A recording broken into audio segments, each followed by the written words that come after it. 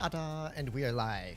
All right. Whoa. Hello, everybody. HisRoyalFatness here. Welcome back to the channel and to today's live stream where I shall be playing the glorious Object 260, hashtag the slept upon, not so loved little brother of the IS-7, which is currently in stores. I can't believe Wargaming right now. I swear, every week we have a new collector tier 10 heavy tank in shop. We had the M4, we had the STR-VK, now we have the Object 260, and like with all these tanks coming back into the stores, I'm having to do streams on them, which honestly I do not mind. Fun little fact about the 260 for me, it is my favorite of the tier 10 Soviet heavy tanks, not because it is the best tank in the world, it's just really fun to play. I will describe that in a moment, but before we jump into that, let's real quickly discuss 260, because I'm sure there are players watching this stream who might be considering this tank right now, and I'm going to give you a little bit of advice. Hold off on this tank until we know what Wargaming may do with it, probably this Thursday. It's going to be in store for at least a week, probably longer, so there's no need to rush it right now. But American Nation received a complete rebalance announcement 2 Thursdays ago. Last Thursday, the entire German nation received a balance announcement, and I would bet very much that this upcoming Thursday, the Soviet nation will also receive tech tree rebalances, which could include the 260, which means 260 could either become incredibly good, incredibly terrible, or just stay relatively the same. I have no clue. I'm just gonna bet this Thursday we'll find that information out. If you want to know where to get that information, you'll have to be on Wargaming's official Discord server and check, I believe it is the Coming Soon channel is where they're posting all their announcements every week for balance adjustments to come soon. So yeah, maybe wait until you see what Wargaming are going to do with the 260 before you consider purchasing one. But for those of you who have already got one or enjoy playing one, welcome. We're going to have some fun today. But before we jump into that, hello to everybody in chat. We have a whole lot of people here. Mr. Iceman, Nuclear, saw you in game earlier. Captain, Ondra, we have Sam, your average loner, Shemek, I don't know how to pronounce your name, so Wajdi, Pontiac, Danny Boy, Curious, Ominous, welcome to today's live stream. Great to have you guys here. Hope you're having a wonderful end to your weekend. And so, expect the 260 to get a buff. Same here, Jen, same here. I just hope Wargaming doesn't ruin it. Okay, so let's talk about 260. 260 can get a little bit of flack because people see pike nose, rounded turret, and they expect it to be like some kind of weird hybrid IS-7. It really isn't. The 260 is not known for its armor. It's troll, it'll get some bounces. Don't play the 260 for the armor because its strength lies in 2 very key factors. My personal favorites, actually. It's incredibly good mobility, and I would harbor a guess that this is the most mobile tier 10 heavy tank in the game. Maybe the E6 is close, but this one is probably superior with its traverse speed, 20 reverse speed, 50 forward, excellent acceleration and ground resistance numbers. It is fast, really fast for a heavy. You can zoom around all over the place. With that in mind, it also has a really good gun. 420 alpha damage, 2,800-ish or so base DPM, just under 2,800. Decent all-movement accuracy, decent aim time. And it depends on the equipment you run. If you run Rammer, you can get his DPM all the way up to just under 3,000, actually, which is not bad. I run Calibrated recently because those pesky heavy tanks are annoying to deal with, and 343 heat rounds are lovely, and you still have great DPM for a heavy tank on top of that. And so yeah, what it really comes down to is just an extremely mobile heavy tank that doesn't play like a heavy tank. If you're playing this tank like an IS-7 or any other generic heavy, you're making a mistake. You have to take advantage of its mobility to really find locations to just slap vehicles, and this tank can absolutely slap medium tanks. Earlier today, I 1v1'd a Leopard 1 in a DPM battle. He didn't ricochet a single shot, by the way, but the 260 came out on top. The Leo 1 has the highest DPM of the tier 10 meds, right, at 2,700 or so. And so that's what the 260 is all about. Let's jump into wrong game mode. Let's jump into some games with that now, shall we? And please do smash the like button. It's always appreciated.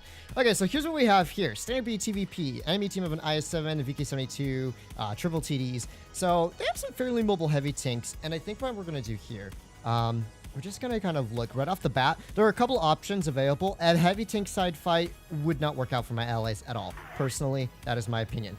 I think with a medium tank advantage, lightly armored heavies, because the TNH VZ51 is not a very heavily armored heavy, we are much better off trying to just instantly clear out the medium tank flank.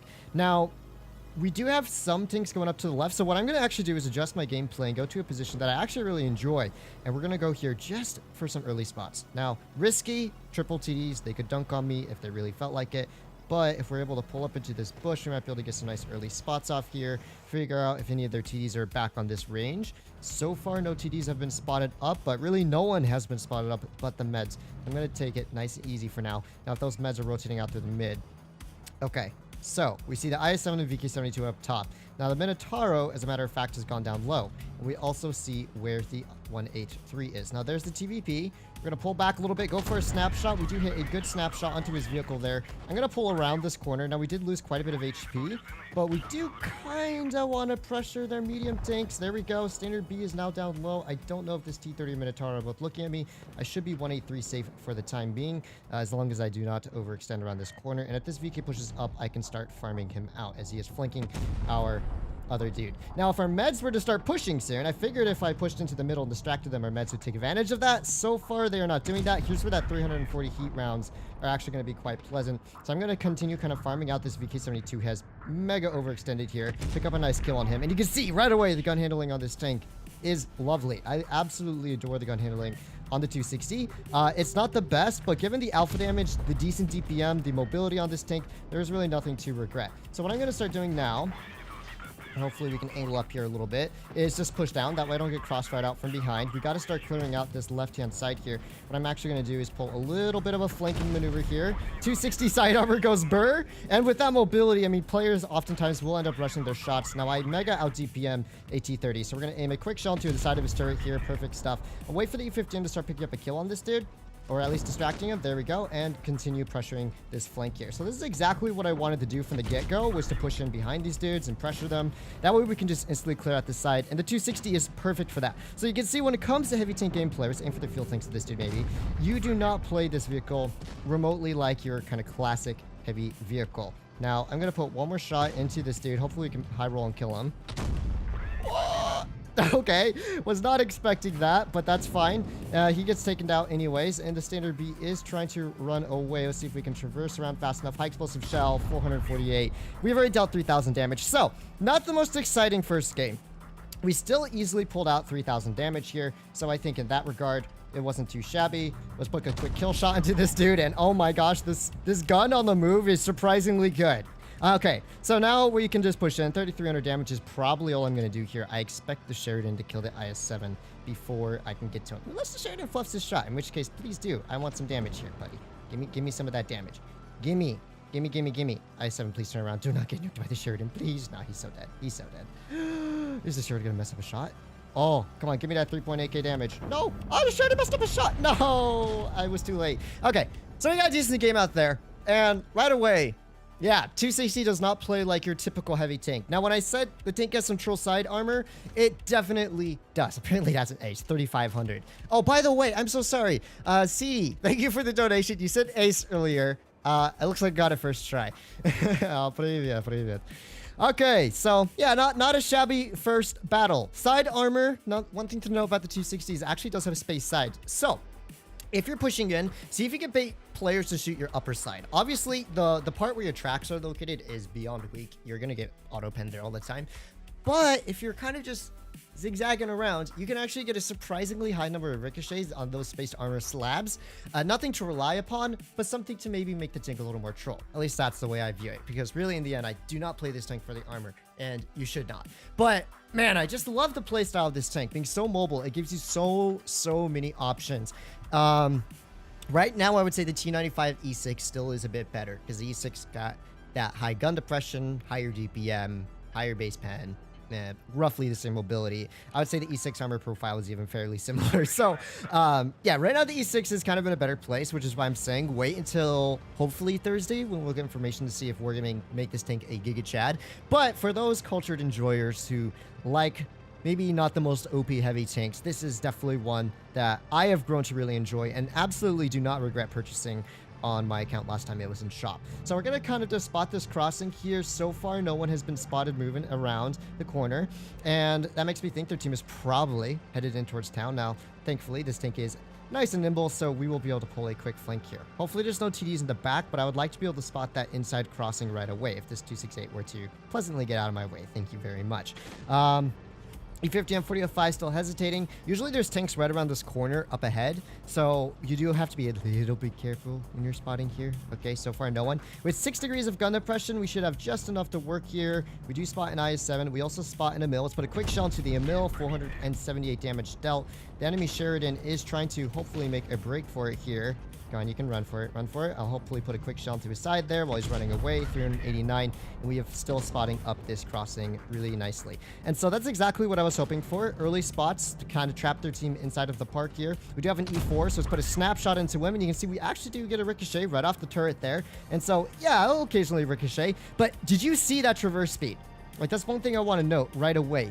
That traverse speed on the turret allowed me to instantly look in over at that T184, so he would ricochet off of my turret there instead of him having a side shot. A lot of other heavy tanks would have much slower traverse speed and they would actually get trapped there, but that's not the case for the 260. The 260 is a bit of a Chad. Now, this is why I do love running the calibrated shells. 340 heat is allowing me to kind of casually just Pepega this poor IS-7 through the side of his bike nose here. I'm going to put another shell into him. 311. Bit of a low roll, but we've already farmed 2,000 damage up, and honestly, I have not had to do much. We just got to a nice early position to farm damage out. Okay, there is a... Okay, well, this is going to hurt, maybe. Okay, not quite. Quick shot to the Yag. Lovely stuff. Was able to readjust my gun very quickly there. We have the 4005 getting pressured by this Emil. And so we know where their 3 TDs are. That's good news. Let's see. Watch we hit those. Oh my gosh, this IS-7 hates his life. I'm going to help our 4005 pick up a quick kill shot on this Emil. I'm sure the Yag is rotating around to try and deal with me in a moment. So let's put a quick shot to this dude. So it's the standard B over there. He's just kind of holding that corner. And honestly, probably pushing into a standard B and a Yag's a bad idea. We can just push him from straight on. At least the standard B won't be able to crossfire me out there. So I'm going to actually rotate a little bit back to the right here and push in with our Centurion. The 60 TP hopefully dealing with the IS-7 in just a moment. You can see the Yag was indeed looking over towards this end of the map. And so our poor 4005 was actually the one in the end that took all of the damage there. We're going to kind of push across from this Jaegeru here. He's going to get crossfired out in just a moment. So let's put a quick track shot into him there. Nice. His HP is pretty darn low now. So hopefully he can get taken out soon. 4,000 damage dealt. And yeah, a lot of it was just being able to flex around. We'll pick up a kill shot here. The 60 TP will be able to just dunk on this poor standard B here. Yep, and that's a GG. 4,500 damage dealt. Not too shabby, right? You get really quickly to locations. You can stump an enemy team by trapping them in. And of course, that mobility actually allowed the armor to be very useful there. The ability to just instantly turn to turret. I don't even really know the specific turret rotation speed of the Object 260. I could check real quickly, but it is darn good. Turret rotation. Let me just check it real quick. It is, yeah, 31 degrees a second on the turret traverse speed and 41 on the hull. That is fantastic. And that's one of the reasons why this tank is so fun to play, is you cannot get Circle of Death by any medium in this vehicle. I had a nasty little light tank trying to circle me, and I was just like, bruh, you're not even like, you're not even trying at this point. Even if they track you, your turret traverse speed is so good, you can usually keep up with them. Hey, Fatness, considering the upcoming announcement of the Russian tank balance changes, do you think the 260 will be affected at all? What changes would you like to see? I think it will be affected, which is why I've kind of stated a couple times already to not rush into buying this tank just yet and wait until we know what we're going to do with it. The changes I would like to see: DPM buff. Let's give it to about 2900 base.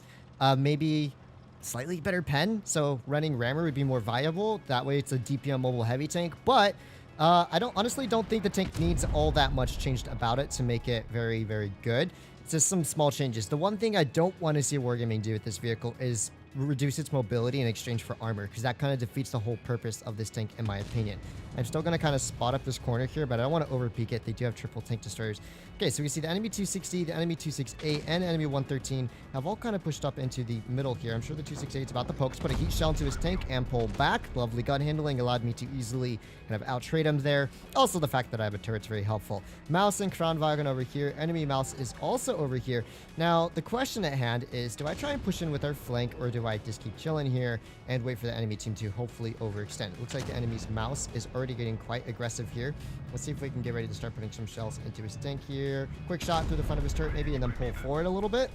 That way he won't be able to hit the side of my hull. And we might even be able to side scrape against this mouse here, ever so slightly. So we're going to wait for the side of his turret. Sadly, that one went into Narnia. We have already ricocheted 2 shells here with the side scrape. So like I said, if you can make use of the side scrape, go for it. The tank actually isn't all that bad at side scrape. Let's put a side shot into this 215B. We bounced another 390 alpha damage shell there. Not really sure which one that was from. Could be from the mouse, could be from someone else. The mouse not really paying attention. Let's put another heat shell into him. And so when it comes to armor, there you go. Players that are not aiming underneath the drive wheels will actually kind of struggle to pen this tank, which I think is super funny. Let's put an AP shell into this mouse here. I'm going to back up for crossfires. Their team seems to be getting a whole lot more aggressive around this corner here. I think we out-reload the mouse. Maybe not quite. Another heat shell into him. Good stuff. We are just destroying this mouse. And you'll notice, like, right? The first thing I focused on with this mouse and grill and all these players were pushing in was pulling back to a location where I could start crossfiring at their players rather than getting super engulfed in this kind of push by the enemy team. Because by doing that, now I'm able to sit back a little bit here and just kind of chillax and wait for them to hopefully make some kind of mistake. Now, let's see. Right through the front, maybe. Sadly, not hitting that one. I think as it is up 3-0, I am now just kind of wasting my time when I could be extra damage farming. So, let's get ready to start doing some more damage farms here. We have a Wild Gorilla 15. HE shell into him there. Good stuff. Nice little clear. Honestly, the 260, the longer he's alive, the more farm I can get on this 215B in theory. Although the 215B is about to die to me here. Now we can just push past his tank and hopefully get a shell into this 260 before it's game over. Not the highest damage game. We're only going to end up doing about 3,000 here. 3,100 or so maybe. But I think we did fine. You know what? We did fine as a support heavy tank. You can see that space side armor. So when push comes to shove, do try to take advantage of it. If you're going to be facing heavies frontally, that's kind of your best option. Don't over peek it. Let them get baited and shooting your side. Maybe if you're lucky, like I was that game, you'll actually block 1,100 damage doing that. Another ace. This tank is ridiculously easy to ace, which means credit farming galore. We made 115,000 credits that game. Yeah, that's another reason maybe you might want to get a 260. If you're broke and you're like, I need credit farming, this tank aces like a piece of cake right now. There's the E6 legendary camo. Oh yeah, how could I forget? Lol. Have you seen the balance changes so far? Indeed, I have. I'm really excited for the VK72. I think the Leo one's going to be interesting as well. A decent enemy team. What I am probably going to do here. Okay, gosh. How many meds do we have? Usually, 99% of the time, if I was in a 260, I would go A, because A corner control is so powerful. But the last few times I've gone A, and we've had a lot of meds that kind of do med YOLO things. Just take a blind shot on the way across. We end up getting absolutely just floored on decap. And so maybe if I were to stick my tank here, just for some extra defense, my team will have a better chance of winning. Although I'm starting to regret not going to A, because we can see that our Leo is running off to Narnia.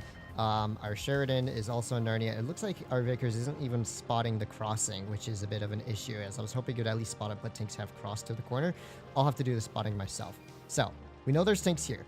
Knockdown tree right there means there is at least one vehicle here. Let's just spot it for another moment. I'll let our Vickers do the aggro stuff here. My team is not going to cap B with the Leo one, and I honestly think probably best case scenario right now, pushing in. So we get a quick shell into this Leo one already, which is good stuff. I'm going to go for a decap right away. We have sent a 5-8 to the corner, which is good news. This Leo 1 probably can't stay here forever. Is our Sheridan starting to push in on him, which I don't know if that's the brightest idea. We have a wild concept in the mid here as well. The Leo 1 is making a break for it, so I'm going to get ready to put a quick shell into Leo 1 while he's running away here. Nice, 420 damage into him there. That's some important damage. We can see the enemy Yo is pushing into the ditch. The enemy concept is also going to pull forward here and give me a side shot. So let's take that. Oh, he pulled towards me. I thought he was pulling into the ditch there. All right, so I'm still unspotted. I don't think the concept actually has the view range. Just put a blind shot right towards his lower plate. Oh, never mind. So our Leo is kind of just suicided at this point. Our TVP is going to be YOLOing the opposite direction. The Yo is in the ditch. I think the best play for me here would actually be to pressure out the concept and hope the TVP is going to be going for A with the Leo 1 there. So if we can kill this concept, we can kill the Sheridan, that'll be really helpful for my team. What I'm actually going to do here is actually take the aggro attention of this concept so our Leo can kind of farm him. So I'm going to give him my sides here. Side bounce. There you go. That's how you bait the sides, just like that. I'm actually going to hop into a cap stalling position for now. We do have a tank shooting me from behind. HE into this dude's rear. Good stuff. I forgot about the 4005, so that was honestly a bit of an oversight on my part there. And the 4005 is now just kind of chilling in the back here. Let's see if maybe we can put a quick shell into his tank. There we go. One quick shell. I'm going to be in a crossfire with this Leo soon, so I'm going to back up ever so slightly. The Leo still has shots on me. And I'm probably going to end up doing here is driving into this ditch. So let's put another shell into this 4005 here. Nice. You can see the Sheridan's looking at me, so I'm going to stay nice and hold down so the Sheridan cannot shoot at me here. But unfortunately, it does kill one of my allies. And so the Sheridan, the Yo is returning for me here. Bit of a crossfire. My allies have been a bit terrible this game, to be fair. I don't think there's really all that much else I can say about this. Our Leo's low on HP. They have a TVP floating around a Sheridan in their spawn. This 4005 here. I think the best play for me to make right now would be to kind of relocate into the mid. Keep this Yo spotted up. Maybe the 4005 too if he decides to push in. Even a hair more. Nice quick shot to this 4005 here. I'm going to pull forward just a little bit so the Sheridan can shimmy up the boutte. There we go. Unfortunately, losing our Leo 1 there. And our Vickers is the last tank alive on this flank. So I don't think this game is going to go too well for me and my teammates here. And of course, the Yo has no problem punching the heat shell through the front of my turret. Like I said, this tank is not really known for its armor. I'm a dead gunner for now. And I'm definitely dead to this DVP. Let's put a quick shell into him before I die a very painful death. I did the best I could there. To be fair, this game should have been pretty fast and easy if the meds had behaved themselves. Our Leo going for B cap, not even managing to cap it out. Our Vickers kind of just sniped all game instead of clearing out the Sheridan. If we had managed to clear out that Sheridan there, then we could have pushed into the enemy spawn, taken control of that, and forced them to push into us through the open. But obviously that didn't quite work out with what my allies were doing here. And so, yeah, we ended up losing. And in the end, I think if I'd actually gone A, that would have been the play. Not going A ended up not giving us the dub there. It was a gamble, and that's the thing. Whenever you are choosing a position, sometimes it's just a gamble of where you think the enemy team's going to be strongest. I figured with that type of lineup, their team is actually going to go D, because they actually could have pretty easily defeated D, but turns out they actually went more towards the middle and eventually cleared out A. We still did just under 4,000 damage that game, which is, well, a whole lot more than my allies, to say the least. I really wish that Leo, Vickers, and Sheridan had all just pushed up together, because if they had pushed up together, that Leo 1 would have died. That Leo 1 would have just been deleted, and the TVP probably maimed as well, right? Because we were able to kind of spot him up, make him run away early. But, you know, not much I can do about that. So let's jump into the next game. Enemy team, once again, very, very mobile.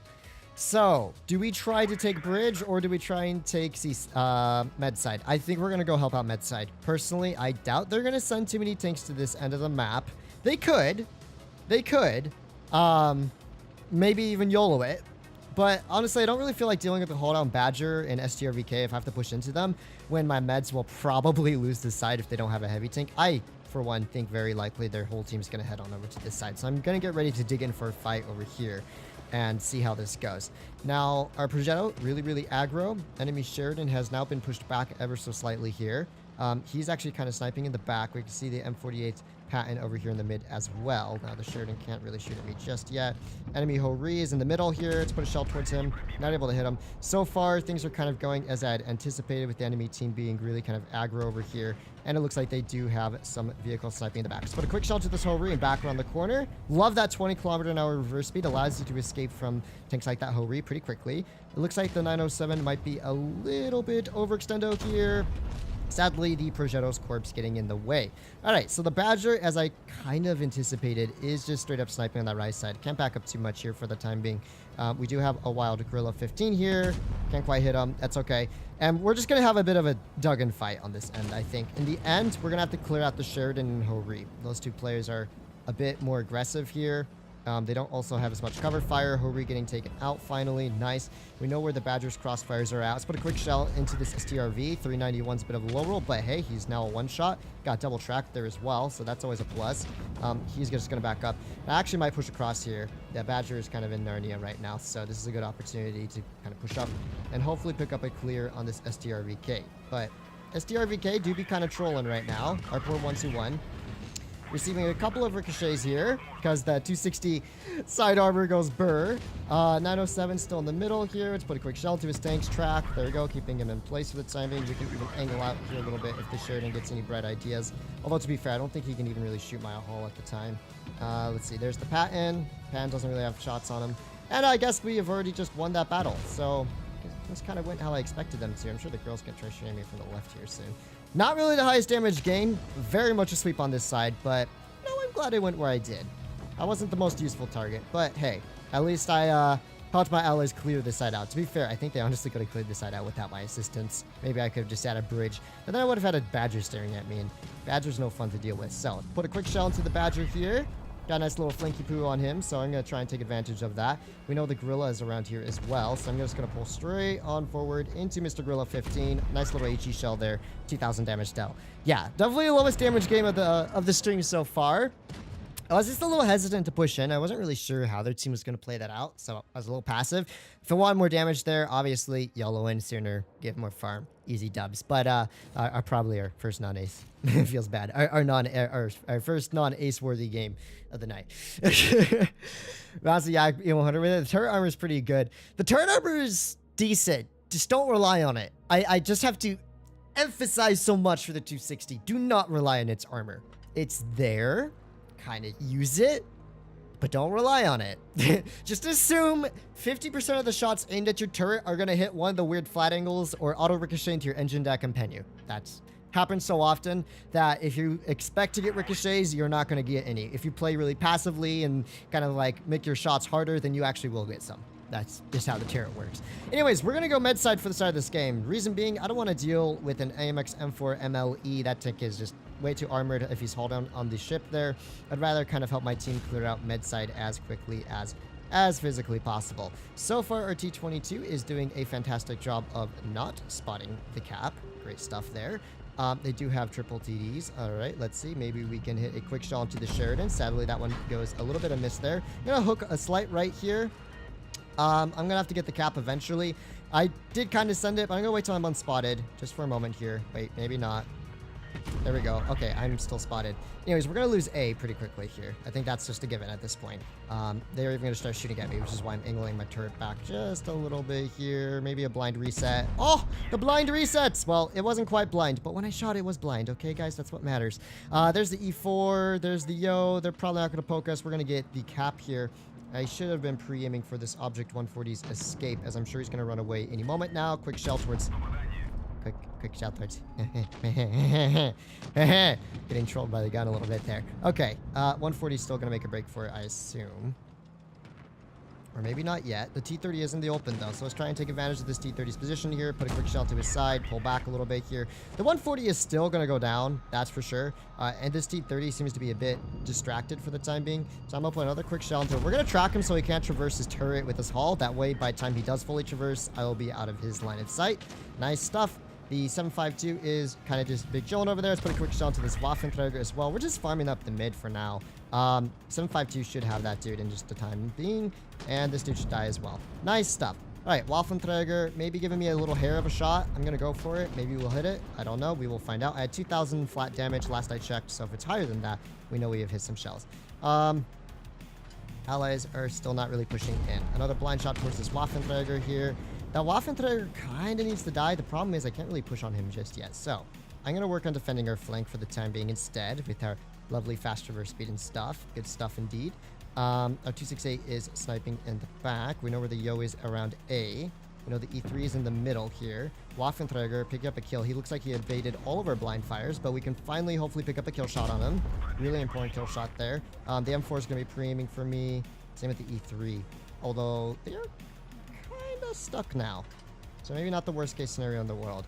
Okay. I'm going to wait for someone to start flanking these dudes. I'm sure the E4 is going to pull up eventually. Nice. Okay, this dude's kind of getting crossfired out now a little bit. There's the E4. E4's still just pre-aiming, but he has no shots on me, so I'm going to pull up a little bit here. Nice stuff. All right, and now with this E4 hopefully getting distracted soon. Maybe we can even bait a shell into my side armor here. Quick lower plate shot, angle up the sides a little bit. Yeah, the E4 is not ricocheting that. That's fine. It is what it is. I'm just going to continue kind of brawling out this E4, which I do not out DPM.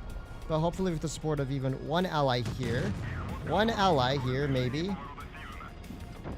We can pick up a quick kill on him. This M4 is just going to send it for me, but my team's going to win this. This M4. Oh, the M4 losing almost 1200 HP there for that kill. Buddy, maybe you shouldn't have poked a T30 and a 7.52 rear on. I don't know. You probably would have farmed more damage if you just focused on the front line. I wasn't going to be YOLOing it anytime soon. Not the highest damage. I think we were fairly useful. We did 3,400. Another ace, because this tank is just beyond easy to ace at this point.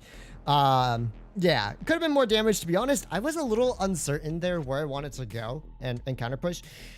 In reality, I probably should have pushed back to respawn sooner and probably should have pushed the M4. I didn't think the E3 was going to YOLO me with a 7.52 on his boutte, but he decided to commit to me there. It is what it is. So let's see what we can do at this game. TVP 62A 113 IS7 268 1183s. Yikers, is that not a fun team to go against?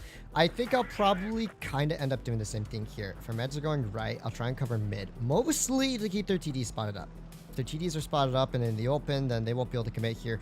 Although there is a fairly decent chance with this type of lineup, they're going to send most, if not all of their team to med side. I've seen it happen a lot of times. It's not like they could not play heavy side, but I do think they could very easily play med side here. Now I am already spotted up. I'm just here to kind of spot the crossing, see if any TDs are moving up. So far, I haven't spotted any TDs here. We're going to spot a little bit to the left now. Okay. I think the IS-7 is probably just waiting for me. Now, I do get spotted there by something on B cap. Interesting. Okay. So, we are going to win med side. I'm not a huge fan of this position now that I think about it. Probably going to pull back, wait for this IS-7 to pull up, put a quick shell towards him. We'll pull back into cover here. And now we are in a relatively safe position to deal with Mr. IS-7 here as he's trying to back up around this corner. Quick shot onto his side. Nice. And I can kind of hold here for the time being. We've already won the med side, which is kind of what I was expecting to happen. The platoon was more likely to work together than a bunch of randos. And the whole enemy team is actually just chilling in B cap, which, to be fair, is a pretty big surprise. I was not expecting their whole team to just be big chilling back there. Let's put a quick shot towards the IS-7. Sadly, only hitting his track, so not getting full damage there. And I think eventually we can even start pushing in through the middle here. Yeah. Oh, snap. That's a 183 pre-aiming for me. So maybe not. Maybe that's not the brightest idea. We'll wait for the 183 to start getting farmed from behind. 183 has just fired his gun here. Quick snapshot towards him. Nice. With the enemy team all kind of locked into this corner, we will not have too many problems here. So the 183 is going to give me hopefully another free shot here, which just aim this one in thoroughly. 418 damage to him there. I'm going to get ready to start kind of counter pushing up the middle here. We will hopefully get another free shell into this 183 who is AFK? Not really sure. Let's put a quick shell into him there. This game is already won. Wow, this game is fast. That flank just fell apart so fast. I was trying to take it nice and easy here, but their flank just got eviscerated, and it's GG. There's no damage left, really. These two dudes are the last ones remaining. Complete the mission, boys. Complete the mission. Quick shot to the IS-7 here.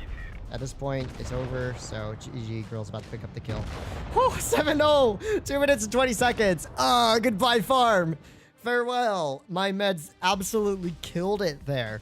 Also, their whole team was sitting in mid. The reason I couldn't farm damage there is they kind of countered my position pretty heavily there. Good job to our meds and our 183 who was hitting some insane shots, it looks like.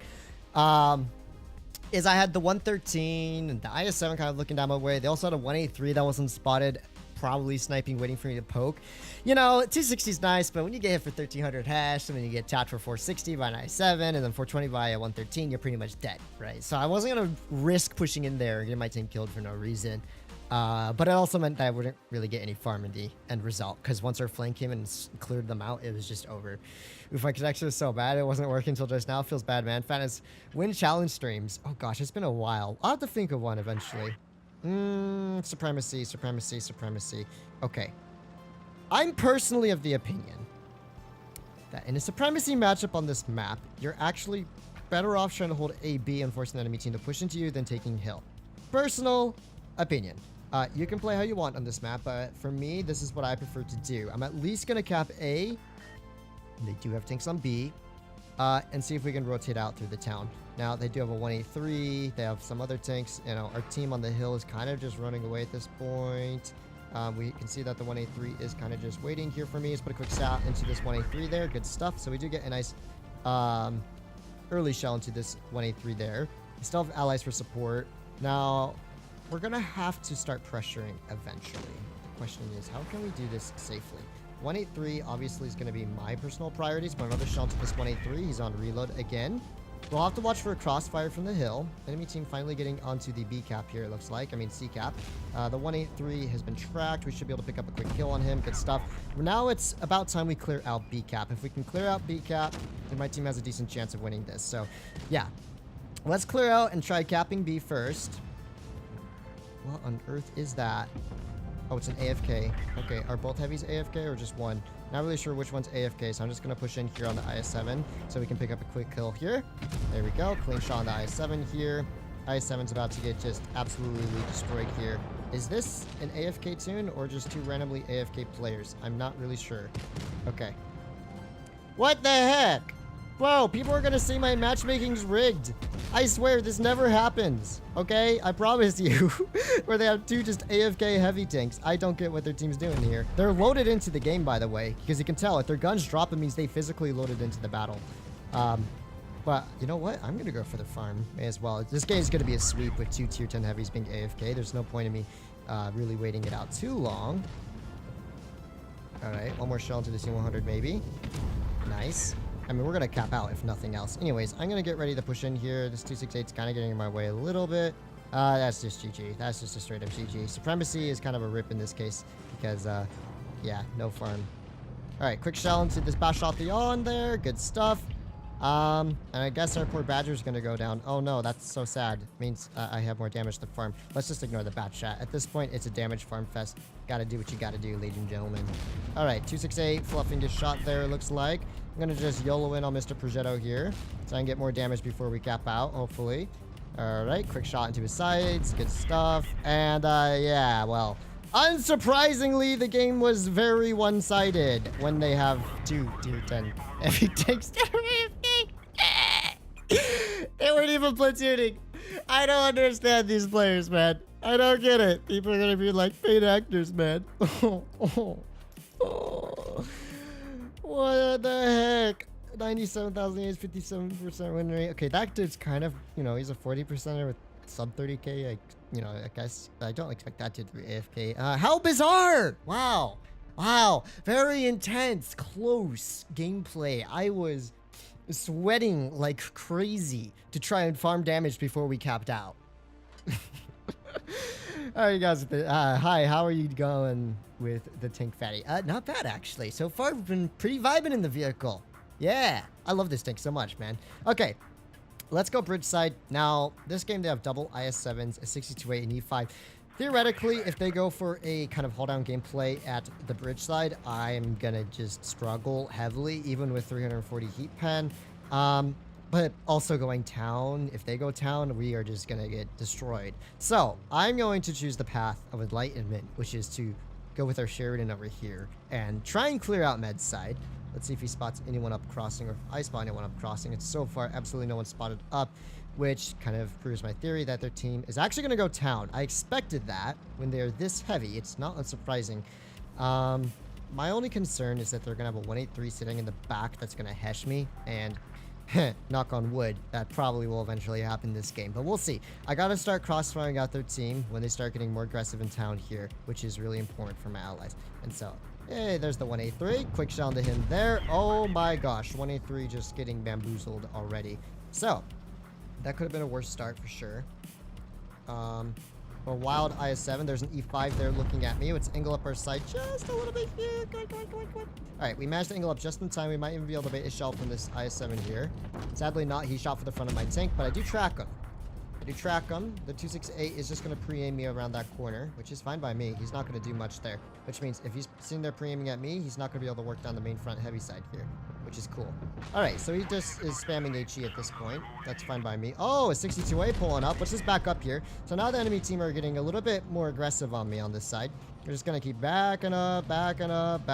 He does manage to pen me. He's going to give me a nice side shot here. Let's take it. Let's just keep backing up. I have a 62A for support. If they keep YOLOing for me, it's going to be mega crossfires galore. And look at this tunnel.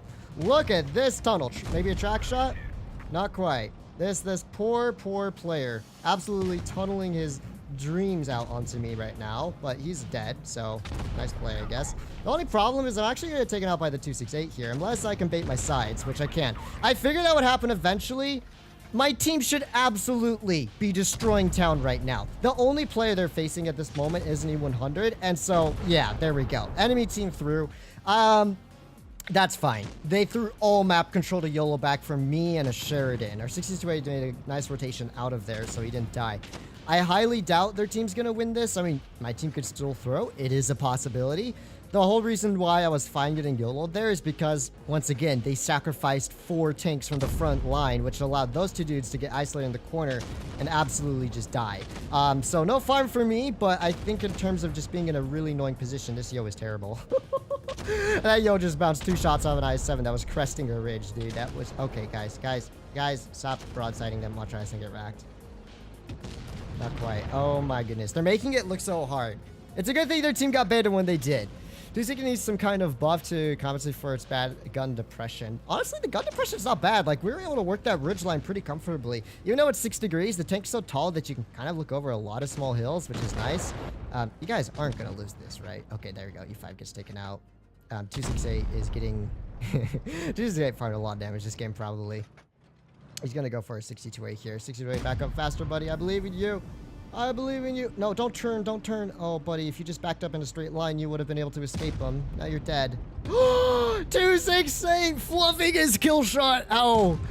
Good shot to our 62A, apparently. Our 262A, the Giga Chad, outplaying the 268 there. I'm getting their names confused. I'm going to be famous. 62A.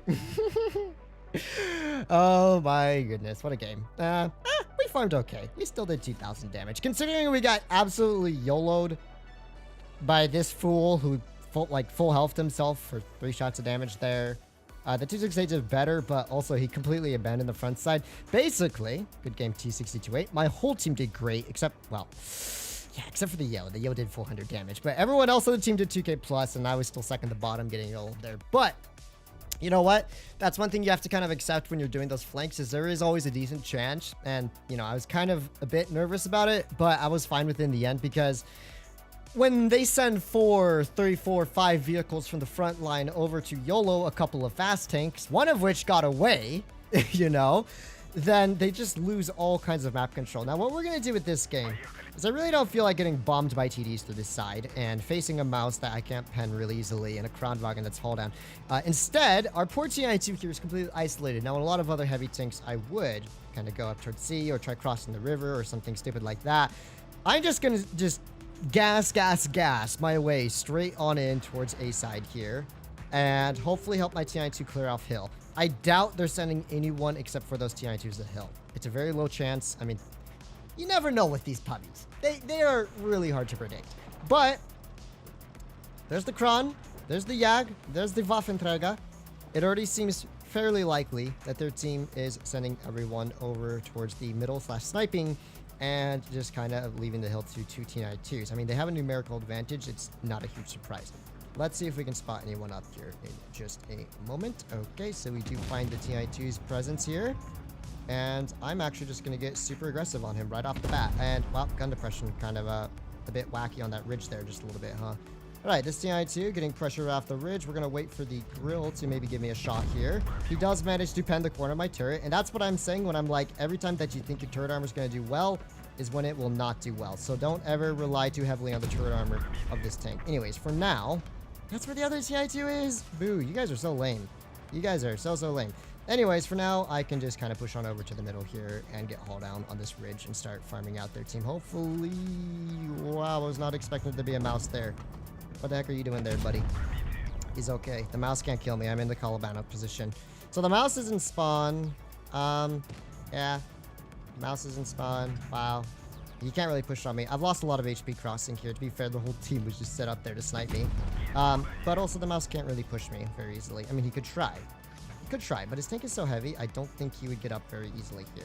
So let's put a quick shot to the mouse's turret, pull down a little bit. Now the problem is that grill behind me could be a bit problematic here. We're just going to try and wheel around my turret armor enough to give him hopefully a hard time here. Luckily with the good all movement dispersion, not super big problem here. We do have a TI2 on my side. Oh, we managed to get a ricochet out from him. Nice stuff indeed.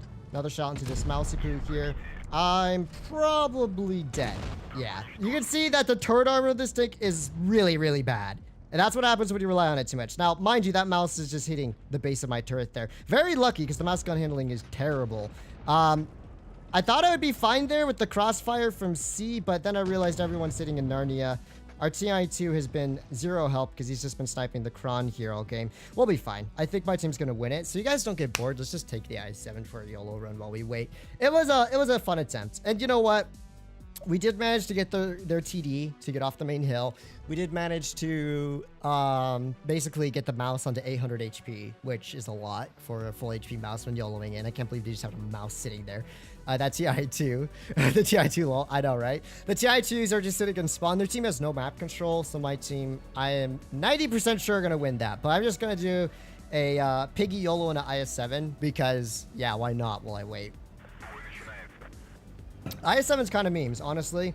Still a fun tank, still, in my opinion, a decent first heavy tank for a lot of players to learn heavy tank YOLO gameplay. And so let's just head right into it. Let's take a blind shot. Oh yes, hitting that rock. Now that is some true talent there. And let's see what we can find. Yeah, YOLO IS-7 gameplay is the best, honestly. We're just sending it, guys. We are just sending it. Just because I don't want the game to last too long. I want to see what I can do with the Piggy YOLOs. All right, let's see. So there's the 1A3. Oh, where's the Gorilla 15? And where are the heavy tanks at?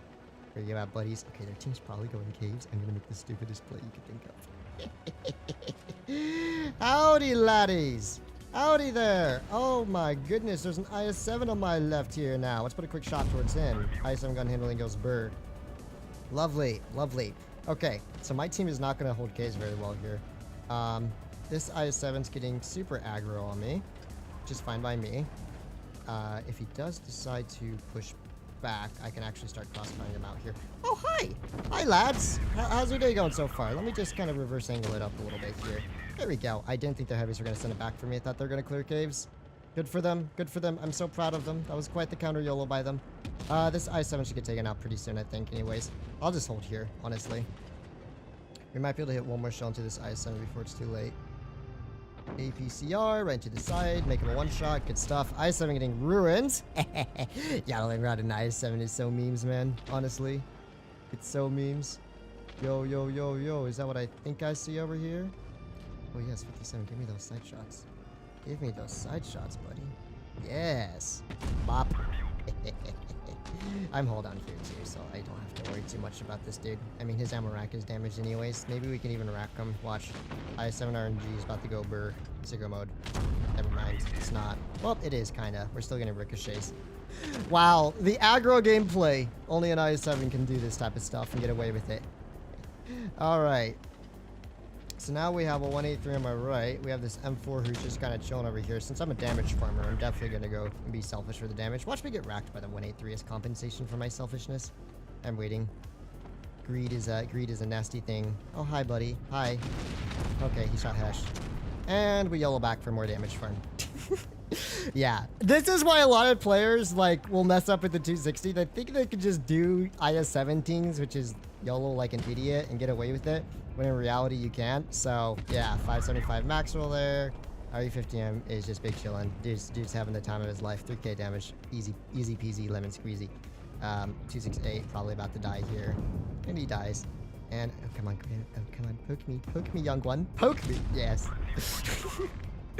Oh, the IS-7 YOLOs are so dumb. They are so dumb. Anyways, I expect my Castilla team to have won that battle. If they lose, I will be beyond malded. I will be beyond malded. There's no way they lost with that amount of map control and just being up in position, but okay, they won. Okay, as expected, they won. I still did top 4 damage. Wow. Our 752 did 0.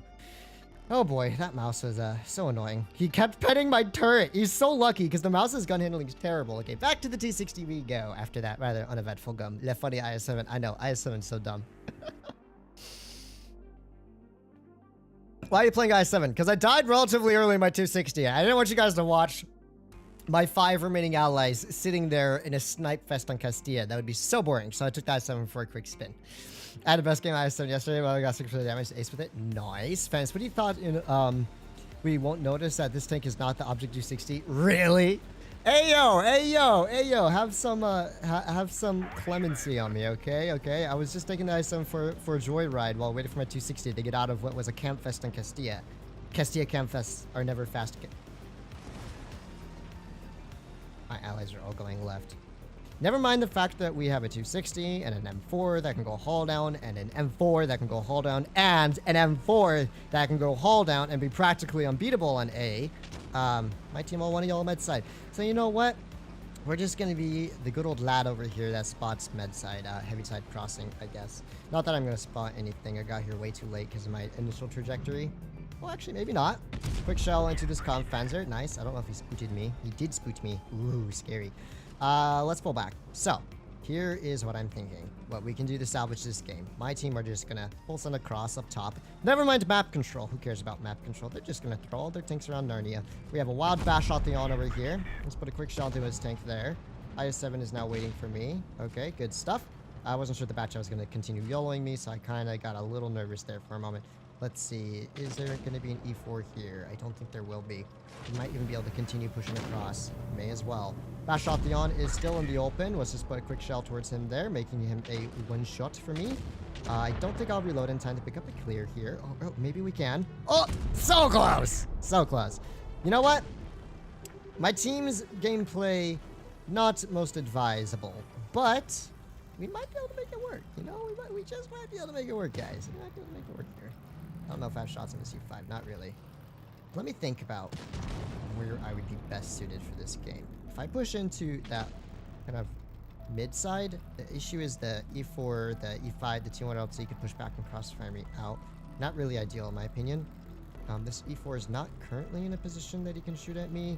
The problem is I can't 1v1 a 3k DPM yo, but I can maybe catch him off guard, get a quick early shell into him. Would have been an early shell if it landed where I wanted it, but not quite. That's fine. My team are just chilling for now. So, let me think. They are struggling up top, that's for sure. I want to rotate in somewhere. I just don't know where it's safest for me to rotate to. Looks like our M4 is going to clear out the Yo soon, so maybe I'll just wait for that to happen. Okay. Maybe, just maybe, we can get a 370 heat shell into this dude's turret here. Lovely.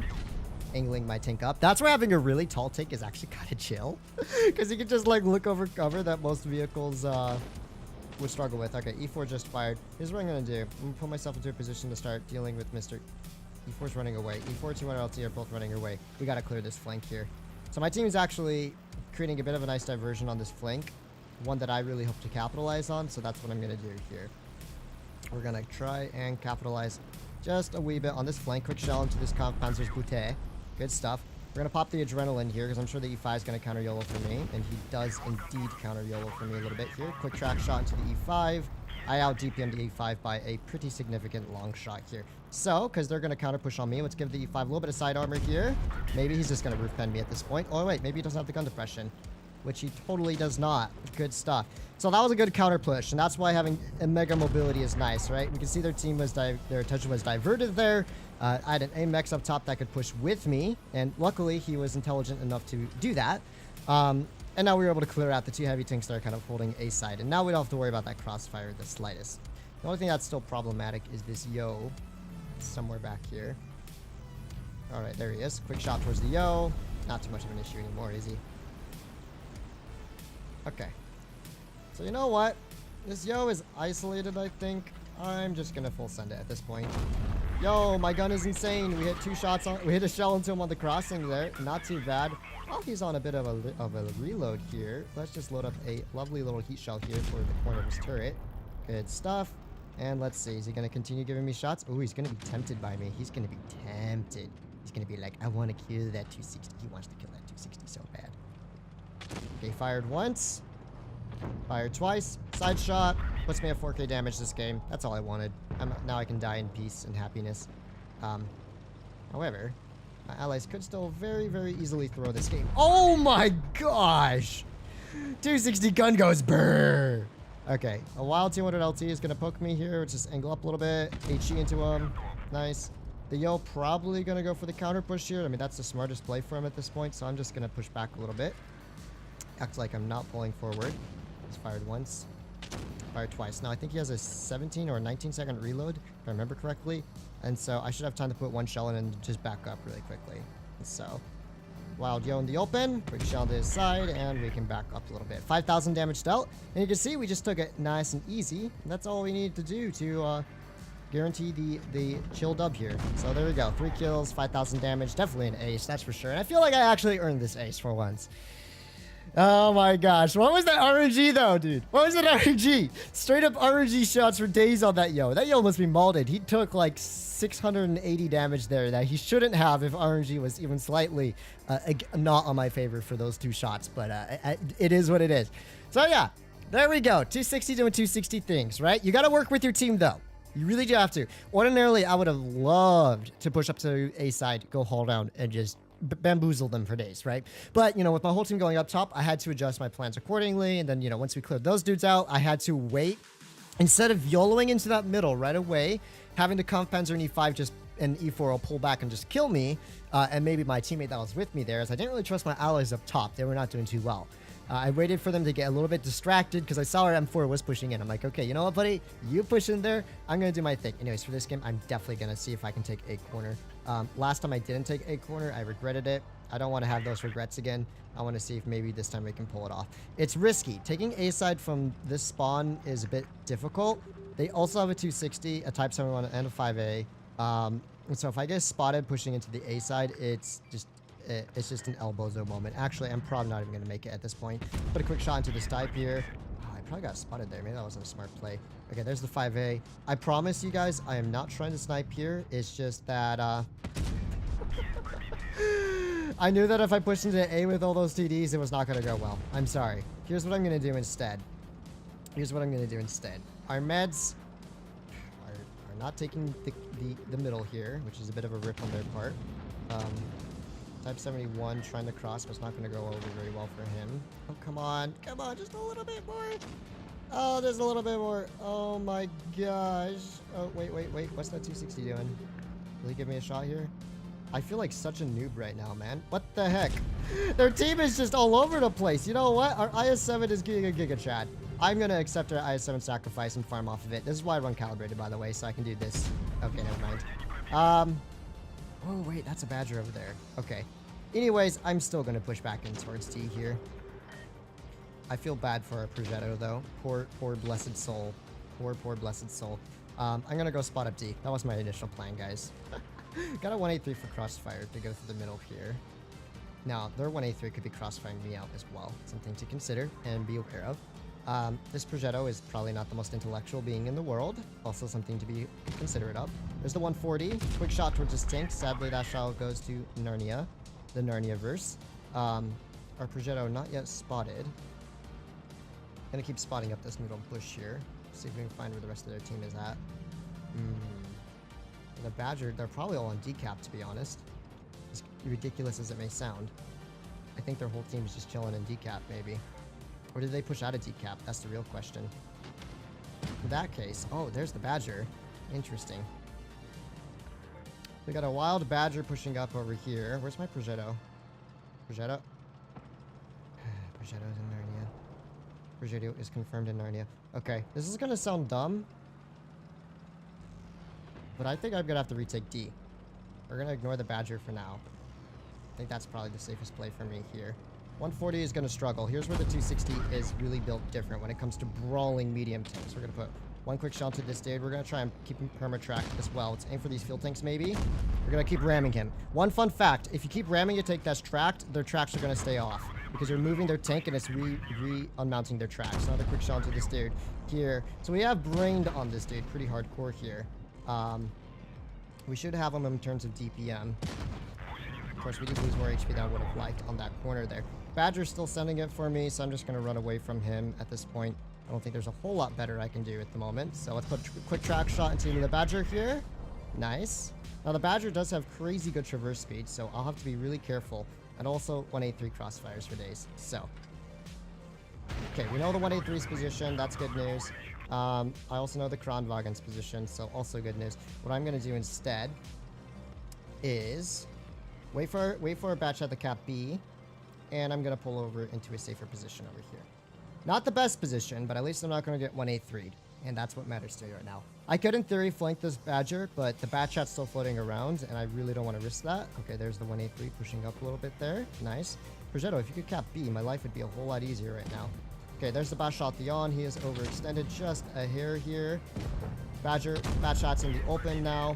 Let's see if I can out-reload this dude, even if I have to take a shot from the Badger. Come on, come on, come on, come on, come on. Oh, no, that's just a rip for me. Wait. I don't have a gun depression to track him there. It's just kind of a rip on my part. Alright, one heat shell, please.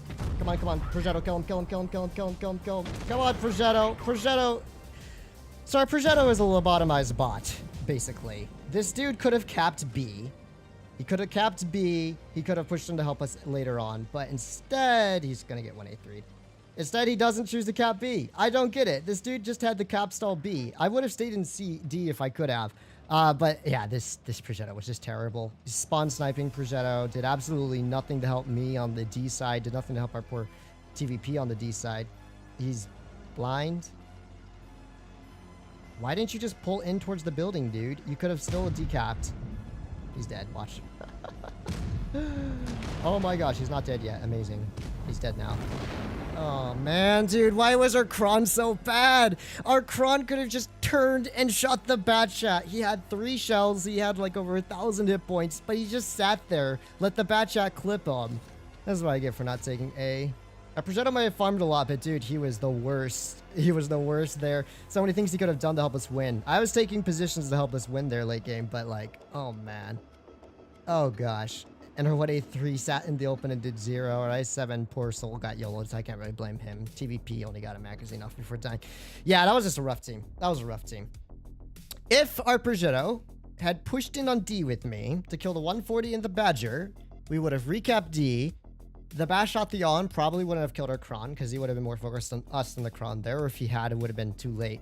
Like, there's just so much that could have changed that game if that dude had come in with us. He spawn sniped and did 5k, but it was useless damage in the end. That was kind of a rip. Not much I could do there. Anyways, for this battle, what I'm going to do is definitely going to go right.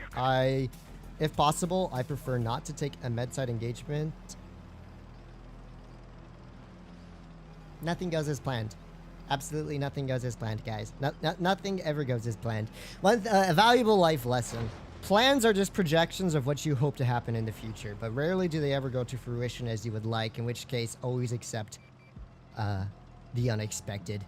As you can see, my team is going left. They have triple TDs. I hate this side with a passion. It's a disgusting side of the map, in my opinion. Just despise it. But I will see what I can do here. I will see what I can do here. TVP being a little bit aggressive here. There's the Progetto. Quick shot to him at least. Nice. Early shots into the Progetto and TVP are always viable for me and my allies here. Enemy 260 being aggro. E1 or 268 pushing in through the right side. So, what type of cover fire will I have? An M48 patent. That's about it. An M48 patent. However, I will be hauled down here when they decide to kind of push to the middle. So, I'm going to cover our 268 from back here. We'll hopefully take the 100's attention a little bit as well. There we go. Quick shell into this dude. We also have a grill pushing in on this side here. 268, you hit those. Nice, buddy. Nice. I believed in you. I always have. Quick track shot. Oh my gosh, dude. The E100 is quite literally in my reticle, and it tracks onto the grill. That's just a bro moment if I've ever seen one. I'm just going to hold the rear, basically, at this point. Although, as expected, my team is getting griefed. I don't know how many times I have to tell these Pepega Biggies. Don't go med side. It's terrible. It legitimately is terrible. You see how we just lost one side like that? And now, like... Watch this dude get HE'd for 1,000. Yeah, basically at this point, this game's over. I'm just going to try and bait a shell into my side here. Not quite. Alright. So, we're going to keep pushing in past this E100 here. Take the shell to him. And let's see. We might even be able to pull all the way away from him here. Might end up taking a shell to Zaputimus Maximus, which would kind of suck. Okay, so we don't manage to take a shell to Zaputimus Maximus. He's distracted by someone else, though, I think. Well, don't mind if I do, buddy. Oh, okay, that was a really dumb poke on my part. To be fair, I don't really foresee us winning this game. Yeah, go figure. Go figure. My team decided to YOLO on into the med side, and they got griefed. Wow. I've never seen that before, guys. I have never in my teeny tiny lifetime ever seen that type of stuff happen before. Put a track shot into this dude at least. Anyways, I am so very dead at this point. So very dead. Let's at least pick up a kill. Oh, we're still alive. We're still alive. Run! Ah, team, why? Why? I told you. I pinged heavy side. Oh, you Pepega piggies. Oh, you're so bad. We did 4k damage there, which I think was more than enough. Badger, 9-year veteran, 0 damage, 268, 1 shot, E4, 1 shot, 62A did about 4 shots there, Pan did about 4 or 5-ish. CVP actually did okay in the end. But like, come on, guys.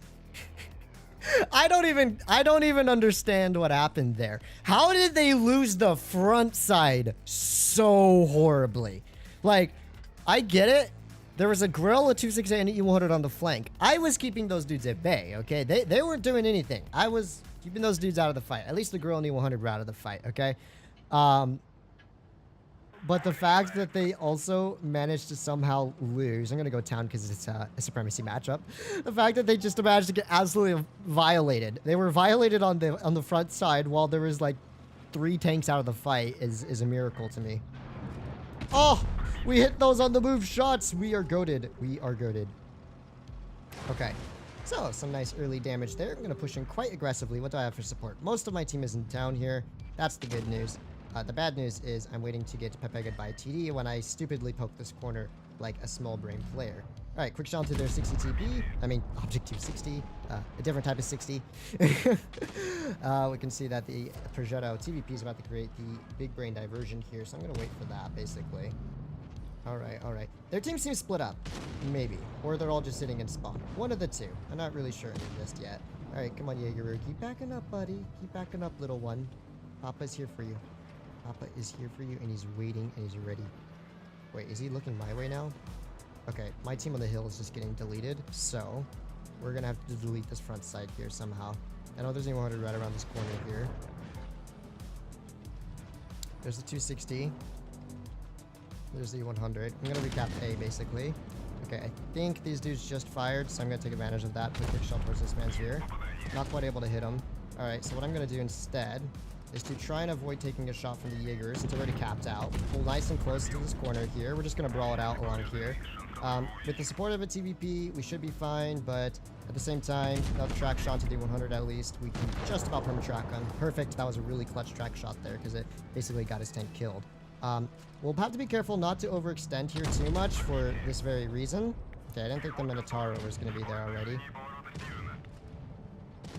Okay, we're going to pull on into safety here. That dude's just about dead. Progetto's on our flank here. 183 is watching the flank as well. Nice stuff. And let's see if this dude pulls out a little bit. Probably shouldn't sit sideways. Stupid idea. Let's pull in a little bit. We have double caps, which is what I was aiming for. We have a decent amount of HP on some of our allies here for holding. So I'm just going to hope that me and my teammates can pull this off. Spotted up the Progetto, pushing in. He's going to go for me. I'm going to really hope that our 183 can hit him here. 183 rolling 1600. Not a max roll, just 1600. Fantastic work, 183. Single-handedly keeping me alive for just a little longer here. Enemy 183 is pre-aiming for days. Yeah, I'm not going to poke that. That's not very smart. Basically, this is how you should play this map in Supremacy if possible. See what their team's doing? Their team is sitting there. Yeah. You see my damage? No, I'm not getting any damage. Do you see the cap points, though? Do you see the cap points, ladies and gentlemen? Hello. Hey, hey, hey, hey, hey, hey. Give me that extra damage. One more shot, one more shot, one more shot, one more shot. Ah, why does it end so soon? I didn't get any damage that game. It's fine. We did the right thing. I think 100% if you want to get the dub, that's the play to make. That is the play to make. It did get us our dub. Only 2,500 damage though. That's a feels bad, man. We still did top. I'm uploading this 183. Giga Chad 183. Nuking the Progetto for 1,600 there. And so that's what you want to do. If possible, take double town caps and just let them push into you. Once my team dug in on A, an enemy team for some bizarre reason decided not to cap B, it was game over. I used to have like 2.60 average. Feels bad. Привет, buddy. Invisible. Привет.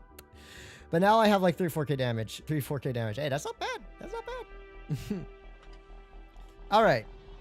Nice. Here's the plan, guys. We are mobile. I'm not going to go like med side via the med side route. I'm going to go heavy side, then I'm going to cut across the bridge, take bridge control, and basically have complete supremacy over the middle of B side. I'm going to hope that my allies, and let's try and see cap B, my allies at least send tanks to middle and B. That's like the two most important positions on this map, in my opinion, if you're not going to be playing town. Obviously, if you're playing town, you can ignore them, but generally speaking, I do not recommend ignoring town. I mean, playing town and ignoring seaside. So, since we're fast enough here, nice tank VZ. Oh, look how fast the poor VZ is, you poor thing. I am going to straight across, straight up, just go onto this bridge here. I love this position. It's super versatile. It gives you a lot of options. You can spot up their heavies. You can farm out their meds. So far, no one else has really been spotted just yet. So that tells me that their team could be very slow on the rotation here or something like that. It looks like there is the M48 Patton. And it looks like they are sending tanks into town. So, with a few tanks in town here, I think we could say it's fairly safe to start pressuring this M60 here. So I'm going to start doing that. One quick shot to the M60, and we'll let the STB1 kind of push in. STB1 hitting a good track shot there. It's in for another track shot on this dude. We go up my hull just a little bit here. Nice stuff. He should go down.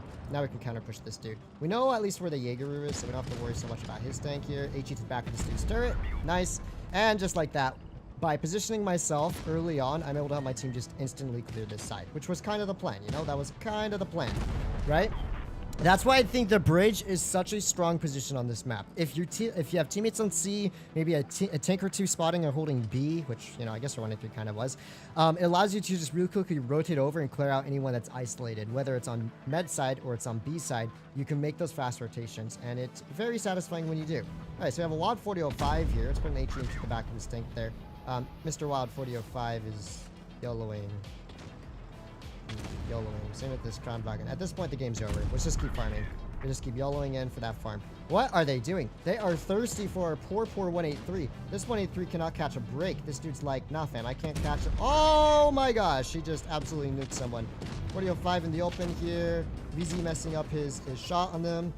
I'm going to see if I can track this poor fool. We managed to track him in the open. This is just a absolute steamroll of a game farm fest here, which is what I was hoping for. All right, let's aim for another engine deck shot. Good stuff. I assume that dude's going to die to the VZ, so... Oh my god. I guess I should have stayed back. Rip damage. That VZ's just going to... Oh, VZ's dead. Come on, little dude. E4 is going to pick up the kill. No. Where'd my damage go? I should have chased the 4005, I guess. I didn't think the crowd was going to lose 900 HP there. Well, yeah, there you go. Easy dubs. All you have to do is just push in like a Pepega over on med side. Destroy the meds and then watch their heavies. You'll win 1 at a time. That's why I say don't go town if you can. Like, try and avoid town. I mean, if your whole team's playing town, it can work out. But if you have meds on C, sending your heavies to town is a very quick way to throw a battle. 3,600 damage out. Not too crazy, but I'll take it. And his name is Swag Daddy. He is talking about comp team and not on the my team for season. Feels bad. Feels sad, man. Main team. So far though, 260's been holding up pretty well, I'd say. Oh, I have sim control mode on, do I? No, I don't. Man, I keep getting the same players over and over again. It's kind of like, bruh. All right. Let's see what we're going to do here. Lots of meds. Okay. Minarazzo, a chieftain. I don't always play this position, but I think I could probably pull it off this game. With an M4 and a 57, I am going to just straight up try and spot decap very, very quickly here. Just to get a feel for what tanks could be crossing to the right. Oh my gosh, my controls glitched out and I stopped driving unintentionally there, which means I lost all my momentum. That's weird. Alright, let's see. Ah, interesting. So we spot our first victim here, which is reverse side scrape it. Now, I wonder if we could actually reverse side scrape this to some effect here. I don't know if I have the gun depression. I should just barely have it. All right, so we get 1 quick shot to this dude. Nice. By the way, fun fact, if you did not know already, the, well, yeah, except if they shoot under your tracks. This thing can, to a degree, reverse side scrape. Anyways, me, the M4 and the 57 are going to have to make a quick counter push here. We are already just getting bombed on the med side, so... yeah, we're going to have to make that fast rotation out to deal some damage here and hopefully clear out this right-hand side of the map here. Minotauro should be giving me a side shot. Let's take it while we can. Chieftain's going to be really annoying to deal with in that position, I think. But you know what? The Chieftain does have a pretty large hatch, so if he decides to push in on me at all, which he's thinking of. What are you doing, buddy? I just keep sitting down there. Yeah, good use of your DPM. Also, you are losing tanks left, right, and center. What is this man's doing? He's wasting so much time here. E50 coming in from behind now. I'm gonna let our M4 hold here for now. Basically. Good shot to this man's here. Can the M4 stay alive for a while longer? Maybe I can help our flank out just a little bit here. I actually might be better off pushing in on this flank here. Yeah, I'm gonna send it for the flank here. Oh my gosh, there's the T-22 as well. No, what's the T-22 doing? Nice, quick shot for him. Leo, I believe in you. Actually, yeah, right rotation. 100%, this is the right rotation to make. We're gonna push back, we're gonna help our T-22 out here. Please don't take a shot in the rear. Nice. Quick, clean, and easy kill by this dude here. And we should be able to deal with Mr. STB1 before it's too late. STB1 now one shot. Good stuff. Oh, the M4 rotated back. Gosh, Chad M4. Good work by our Leo there. You did a really good job holding spawn, dude. Nice job. Now we have some very healthy vehicles to deal with over on this side. To be honest, I'm not really looking forward to it, but let's see what we can do about it. All right, let's see if this Chieftain pulls forward first, which I doubt he would. Okay, I have the M4 with me. That's good news. I think what I'm going to do here, I don't want to get completely isolated. I think that'd be a poor idea on my part. Our Leo is back in our spawn. Our M4 is scooted for now. Get this Minotauro or Chieftain back up in front of me here.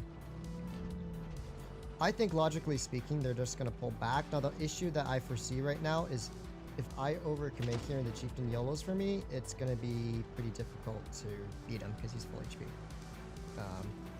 Minotauro is in a decent holding position for now. But he should give me a free side shot on his turret here. Okay, sure, you're just pre-looking down that way. Yeah, buddy. No one was spotted on this side of the map, by the way, so I don't really get how that happens.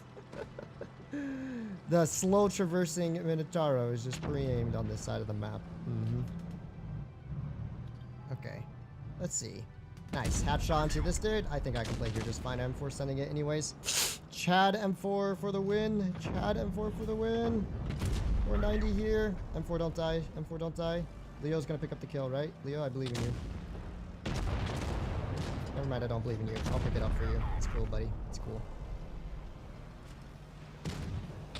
What? You're not even gonna go for the one-tap Leo in front of you? 4,300 damage dealt. Not a bad game. I think we definitely made the right rotations here. Oh man, Leo, your RNG is just terrible today, isn't it? Oh my goodness. There we go. Not bad. All right. That was kind of annoying that the Minotauro was looking right side when there were two tanks spotted in front of him and I was not spotted rotating out, which to me seems a little bit sus. But good job to our Leo. He stayed alive there, did a lot of work. You know what? In the end, shout out to our M4. He kind of YOLO'd, but he took the shots we needed to get the W there. And so to that, I thank you. 4,400 damage dealt. Not too shabby. When we think about doing a sharing missile string, we have now 2 sharing missile strings for the first time since 2 years. Got it yesterday. Well, basically every event mode stream I do is practically half Sheridan missile stream, so yeah. I don't think there's all that much to say about the Sheridan missile. You get the tank, and the only way to get good with missiles is to practice. Like, there's no tips or tricks that'll make you instantly better with missiles. It's all for just getting a feel for them. And so, like, in the end, it just comes down to you just trial and erroring your way through it. Hey, yo, it's HRF. How you doing? It's 6 a.m. here in the Philippines, and you're already bonking the red team. Go get him. Thank you so much, Joseph. Good morning to all the Filipinos out there. All right. 50B, E75, nice. They have pretty light heavy tanks. I'm gonna go heavy side. The reason I'm actually gonna go heavy side this time is, one, I actually hate fighting on rails. Just too many crossfires and way too much in the open. And two, going this way will give me a pretty early clear, hopefully, on this side, if their team do decide to send tanks over here. So far, you can see there's a 2EP on C-cap. Okay. It's me and a 2 and 5B. Interesting start to this game. Are they going to send anyone else here is the real question. The AMX-50B spotted in Narnia. 183 spotted sniping in the back. There's the E75 on enemy team. Okay. 215B is gonna cap D, I think, at this point. That's fine as well. I'm gonna stay nice and hold down here, and then hopefully we hit this one. Nice. Sadly, as this tank has no armor, as you can see, we get punched right through the front of the turret. Bit of a rip on my part. Really don't want to take that shot if at all possible. Another shell for B75. Okay, so my mistake was sitting there and aiming in. Basically, do not sit there and aim in. Just once I'm reloaded, which is about now, pull out, snapshot him, pull back. That's what you got to do in this tank, right? If you try to sit there and aim in for too long, you're not gonna feel too great. You're gonna get pegged to the front of the turret 24/7. All right, another snapshot, pull back, and get safe. We're just gonna keep doing this until this rather unintellectual E75 gets taken out. So. E75 maybe finally realizing his mistake. Oh, snap. But he's losing HP as quickly as he can physically can. Watch this 183 hash pin me through the front of the turret. I'm calling it out now. It's gonna happen. Oh, wait. It's not gonna happen just yet. Where'd he go? What? Why are you there? Our spawn is getting wrecked. Of course, we know the 183's position. Is this waffle gonna pull forward again? Guys, it's like one tank on this side. It's not too hard to clear out. Oh my goodness. These players are killing my brain. Quick snapshot onto this man's here. Guys, it's an STB1. How have the two of you not cleared him out? Oh my gosh, these players are not doing very well here. They have triple cap as well. I really don't want to stick myself on B. I can see the Hori's pushing in for me. Okay, let's set up for the Hori then. We'll set up for the Hori. It's only a matter of time before he pushes around this corner, I think. Where are you at? I saw him pushing in. Is he flanking? Oh, maybe he's flanking. Oh, he did flank. Gosh, this team, dude. They can't kill a 70 hit point STB1. How terrible are you guys? Wow. You finally killed a 70 hit point STB1. I'm so proud of you guys. Oh my gosh. These players, man, are making me lose brain cells. Oh, of course. The Waffenträger has support and crossfire. Alright. I'm just gonna YOLO in here. I really don't care what happens after this, basically. Oh my gosh! How did our 215B and our other player get absolutely wrecked upon by a single STB1? Okay, buddy, I get you want me. I get it. I get it. You're juiced for me. You're juiced for me. I get it, dude. I get it. I get it. It's that time of day for you. I hope you're happy. Oh gosh, that team was just terrible. A 215B and a grill. Both had full HP. Both took 10 trillion years to kill. Oh my gosh. 1900 damage, but the worst part, how do you do 300 damage in your 215B, brother? If you just pushed the STB, he would have died. Oh! I had to go and like start pushing in for the STB there. I still got 4K damage out of that game, but to be fair, my teammates were not very bright. Yeah, bro, me and you played a game together and you didn't notice it was you. Me and you capped them out. Oh, very nice. If I already have Sheridan missile, should I go for the Sheridan for the 500 gold or just for the crates? Just go for the crates. I mean, what's the point? It's 500 gold. It's not that much. It's way too much time to grind it. You might find, I don't know. Actually, I don't know what's in the crates, to be fair. All right, we're definitely going to go seaside. Our STB, hopefully he survives as long as he did last game.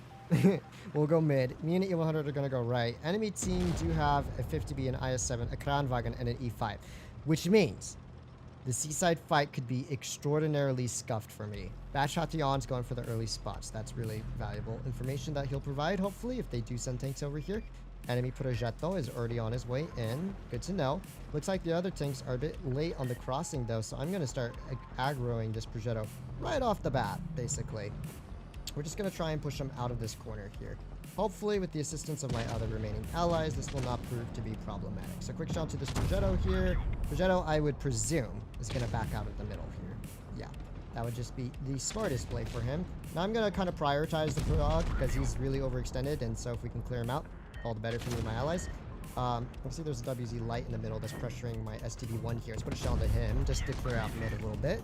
And this is exactly why I say go C if possible. You take the C corner, dude, and you have like tanks in B, preventing them from crossfiring you out, and you have crossfires in the middle here.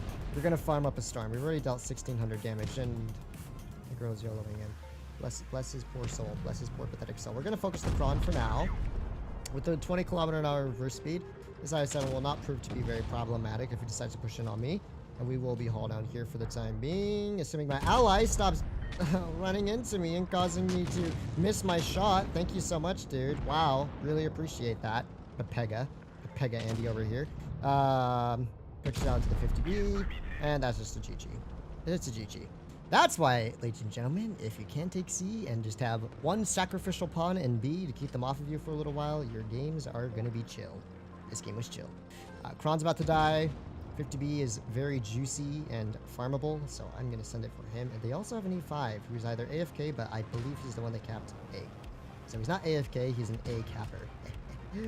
50B giving me them goated juicy HE shots on the rear. Let me enjoy that 550 damage into you, buddy. No, good sir. No, good sir. It is too early to keep running away. Not when I have a special delivery for you. Psych, I'm going to go for E5 PAL instead. Quick shell to the E5, get a little bait off the side there. 50B has just died. And yeah, I guess this is just a dub at this point. No, don't back up all the way into the open. I need more damage on you, buddy. Thank you. I at least need to get close to 4K out, or else I'd feel like a complete and utter noob here. Yeah, there you go.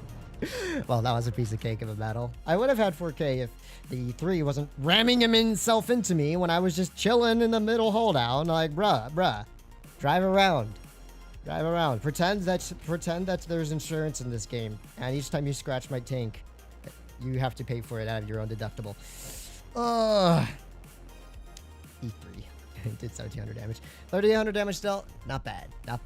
But yeah, I've just been, I don't know. I find the 260 to be just a really pleasant tank to play. And I'm sure you guys can see why. There's a lot of really, really nice things about this tank that, in my opinion, make it just absolutely not a generic heavy tank, which we have way too many of. It's not a brain dead autoloader. It's not your typical classic boring heavy tank. This tank is very specialized in what it's good at. If it's good at stuff. It kind of is good at stuff. But if you use it properly, you can definitely consistently pull out pretty decent performances in this vehicle. Actually, I think I have a pretty darn good win rate in this tank for today. I'll go help our STB in the corner here, although they do have a 113, which should be annoying to deal with. So yeah, for me, a lot of this tank is executing meds on a flank or, you know, getting to those real weird angles. Like, it's definitely not about taking shots, about being front line, about all that type of stuff. You've seen the few games where I tried to play hold down and like a mouse penned me twice through the front of my turret somehow because he's just built different. I mean, he's just skill issue. Yeah, skill issue is the problem.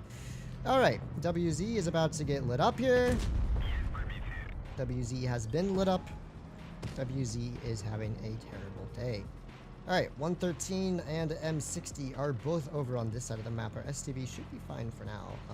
I don't really want to have to push him and kill this dude, but if I have to, I have to. WZ is just waiting for me. Quick kill shot into this man's here. 1831 and 1832 are spotted. So we know both FVs are. That's really what was important for me. Just figure out where those FVs were so I would not get heshed by them. Fun story. It does not feel good to get heshed by a 183 in your Object 260. Okay.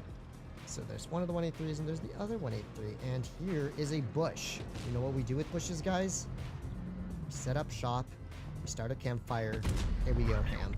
260 gun handling is good enough to allow me to pull off these crossfires without an issue. VK72 and 183 are both chilling over here. Okay. My priority right now is going to be clearing out 183 number uno mas because he's going to be really annoying there. Once we kill him, we're fine. We just got to clear this dude out, you know? So 183 has just fired his cannon here. Let's see, maybe we can pick up a kill shot into him. If not, we're going to go for the VK. We're going to angle up our side a little bit. There you go. Baiting the shell into the space side armor like a goat. That's exactly what I say you should do in this tank, right, guys? Put a quick track shot into this dude here. And if this 183 gets a little more aggro, I'm sure the V4 would be happy to help me out here. Okay, so VK fires at the V4 there. V4 tracks him. Get another shell to him. Watch out for some crossfires on that side. And basically, we can just continue kind of reverse side scraping this out. This VK is just having a terrible day, basically. 525 into him there. If this 183 gets a little more aggro, I just have to stay out of his line of fire for 5 seconds. Nice. VK miraculously is still alive. I'm impressed. Dude has not died yet. Our V4 should have a free kill on him now. Get him, buddy.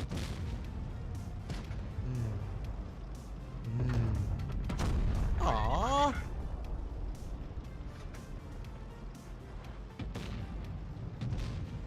believe in you, buddy.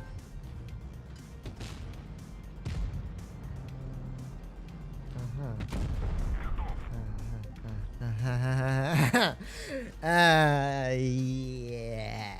Anyways, we did fine there. We just yelled it in on the med side, and then flanked the Rike and farmed like 3,500 damage up there. Probably nothing too crazy. 3,100. Would have been 3,500 if I left some shots there. GG STB. Okay, so our V4 is experiencing the V4 gun handling syndrome, which is not the best, I guess. I played 777 and the IS7. Why have 1 7 when you can have 3 7s? It's all the power scaling. It's 104 degrees outside. Darn, son. That there's pretty hot. Okay, 752, 113. A lot of TDs, a lot of meds. I am going to be a Pepega Andy and actually go B-side. I could flank. That's true. STB a bash shot the yawn. Hopefully it'll be fine for now. STB can game on that side pretty easily. I am going to go for an early B spot, I guess, or at least A spotting. You know, see if they send their 113 in really aggressively. I'm not going to sit here for too long because I'm probably going to get destroyed by TDs. But, you know, if they do send someone aggressively into A, I want to be the first to find out. So far, no one. Okay, that's fine by me. What I'm going to do instead is we're going to make a little bit of a rotation out into this middle ditch here. Now, so far, no one's been spawned the spawn. So are they, I mean, is their whole team just spawn sniping? I feel like they could just be all sitting up waiting to pounce on anyone that jumps into A. Oh, the joys. How is no one spotted? It's been almost a minute. This isn't a very large map. I'm impressed. Okay, there's the Sheridan. No TD spotted up yet. There's no way their whole team's just... Oh, this is gonna hurt. So that dude's just sitting there. Looks like he's isolated, though. Nice, he gets Pepega by 268. I'm gonna see if there's anything to do about him. We kill shot him to this dude. Wow, this is what I call weird gameplay. Enemy team all camped up and spawn with their TDs, but also yellowing C. Our fast shot the yawn getting taken out there. At least our STB1 is chilling and alive. Okay. Before firing his gun off there, use your repair kit, buddy. Doesn't use his repair kit. Sag. I think I out-reload him here. No, maybe not anymore. Oh, come on. I was trying to track him. I really don't want to bleed out right now. I feel like that'd be such a waste. Because this dude's like guaranteed dead. So I don't want to waste my HP if I don't have to. Okay. Now we have double caps. And they're probably going to YOLO back into our spawn. That's fine. Let me see if I can at least crossfire them out while they're doing that. What a weird game. What a weird game. I was not expecting their team to be this aggressive on the seaside. But they were so late in pushing in, which is what caught me off guard. Like, no one was spotted there for an eternity, basically. All right. We have a 268 pushing on into the middle here. 260 gun says, no you. That's fine by me. Let's see. We can still farm this out. Yeah. Oh, come on. What is this? Why am I getting like little... There we go. Oh, come on! Now I'm just getting blasted by RNG at this point. Okay, we're gonna go for the Sheridan. Hopefully we high roll him. Please do not low roll me. 346. I shouldn't have mentioned it. By mentioning it, I screwed myself over. Alright. 113 is now getting crossfired out here. Let's put a track shot into him and sell him the true power of the 260's mobility.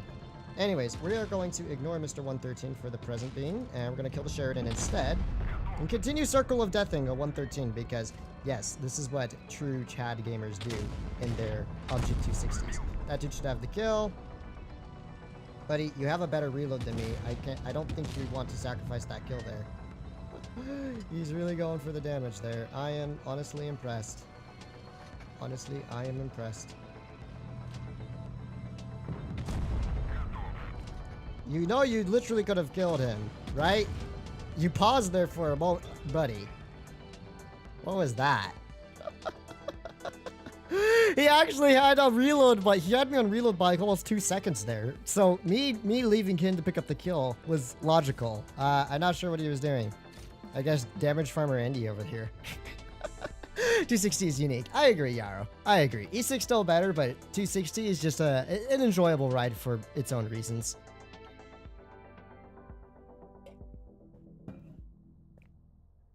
Old T62. What's the most close tank to the Object 260 in the game style? Oh yeah, it is definitely E6. You should have gotten 60 more damage if you got the 113. You would have gotten 60 more damage if you got the 113. Yeah, but I wasn't just going to sit there and turn all the way around for him again. I'd already committed to pushing to try and kill the other tank there. So I was just like, yeah, if he might get an extra shot damage off on him. It's whatever. That extra 60 damage really does not mean a thing in my book, personally. I mean, that game was already a 2,500 damage game. 2,560 or 2,600, it doesn't make a huge difference. That's terrible damage regardless. I'm actually going to be pretty aggressive on this side. Usually I'm not, but I feel like I'm not farming as much damage as I would want going med side consistently. So I want to see if I can try and pull a bait off on heavy side and just see if I can heat farm the ever-living daylights out of their heavy tanks. That's kind of the plan here. We're first going to spot up the crossing. So far, no one. Well, except for a random Sheridan and a VK72. Their team is going this way. I did not expect that, man. I totally did not expect their team to head on over to this side of the map. But you know what? Power to them. Power to them. I am somewhat hauled down over here for now. Let me see if I can... Let's see, what do I got for support? Not a whole lot. Just put a quick track shot towards this dude. Ay, ay, ay. He got scared. He got cold feet last second there. Alright. Quick shot towards this dude's turret. 370 there. The VK definitely gonna put a big shot into me here. I didn't think he was just gonna push up for free like that, but there you have it. I think someone needs to keep this right-hand side down. I'll just have to keep an eye out for crossfires with this VK, basically. But at the same time, I want to be able to deal with tanks like Mr. E100 here, who's going to give me a free track shot. As long as I stay up close to this ridge, I should be fine from the crossfires. So, just angle my turret in, because this tank has a really fat turret. But I don't want to overextend if I don't have to. Let's make the 57 heavy a one-shot, if at all possible. Nice. Let's pull back a little bit into this cove. There's a bit of a... We're a bit overextendo here, I will admit. But I gotta see what I can do about it, basically, in the end. Alright, let's load up a heat shot for this dude. Okay. Oh my gosh, IS-7, you are tunnel visioned like crazy, dude.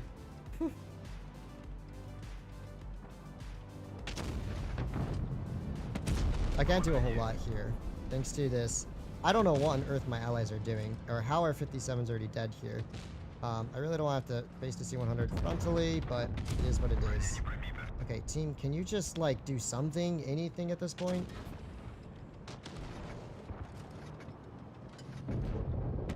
Okay, I can use this rock as cover at least. I can stay alive for even a second longer here. Hopefully our E3 can hit some shots or something. That's all that matters right now. Kill shot into this man's here. We're gonna keep our crossfire going. Nice. Wait, what? From that angle? No way. Where did he even hit? I don't even get where he hit from that angle. My team should win this, I think. There you go. Allies taking forever to clear out that flank. My goodness, what was it? A grill? A grill. And I guess a 183, they crossfired out. But we should win. Not the most pleasant game. This is the one thing... Dude, you don't need to... Lag. Probably lag. Not the most pleasant game. Like I said, it's not the best tank if you're facing a bunch of heavies frontally. Like, that's not what the 260 is made for.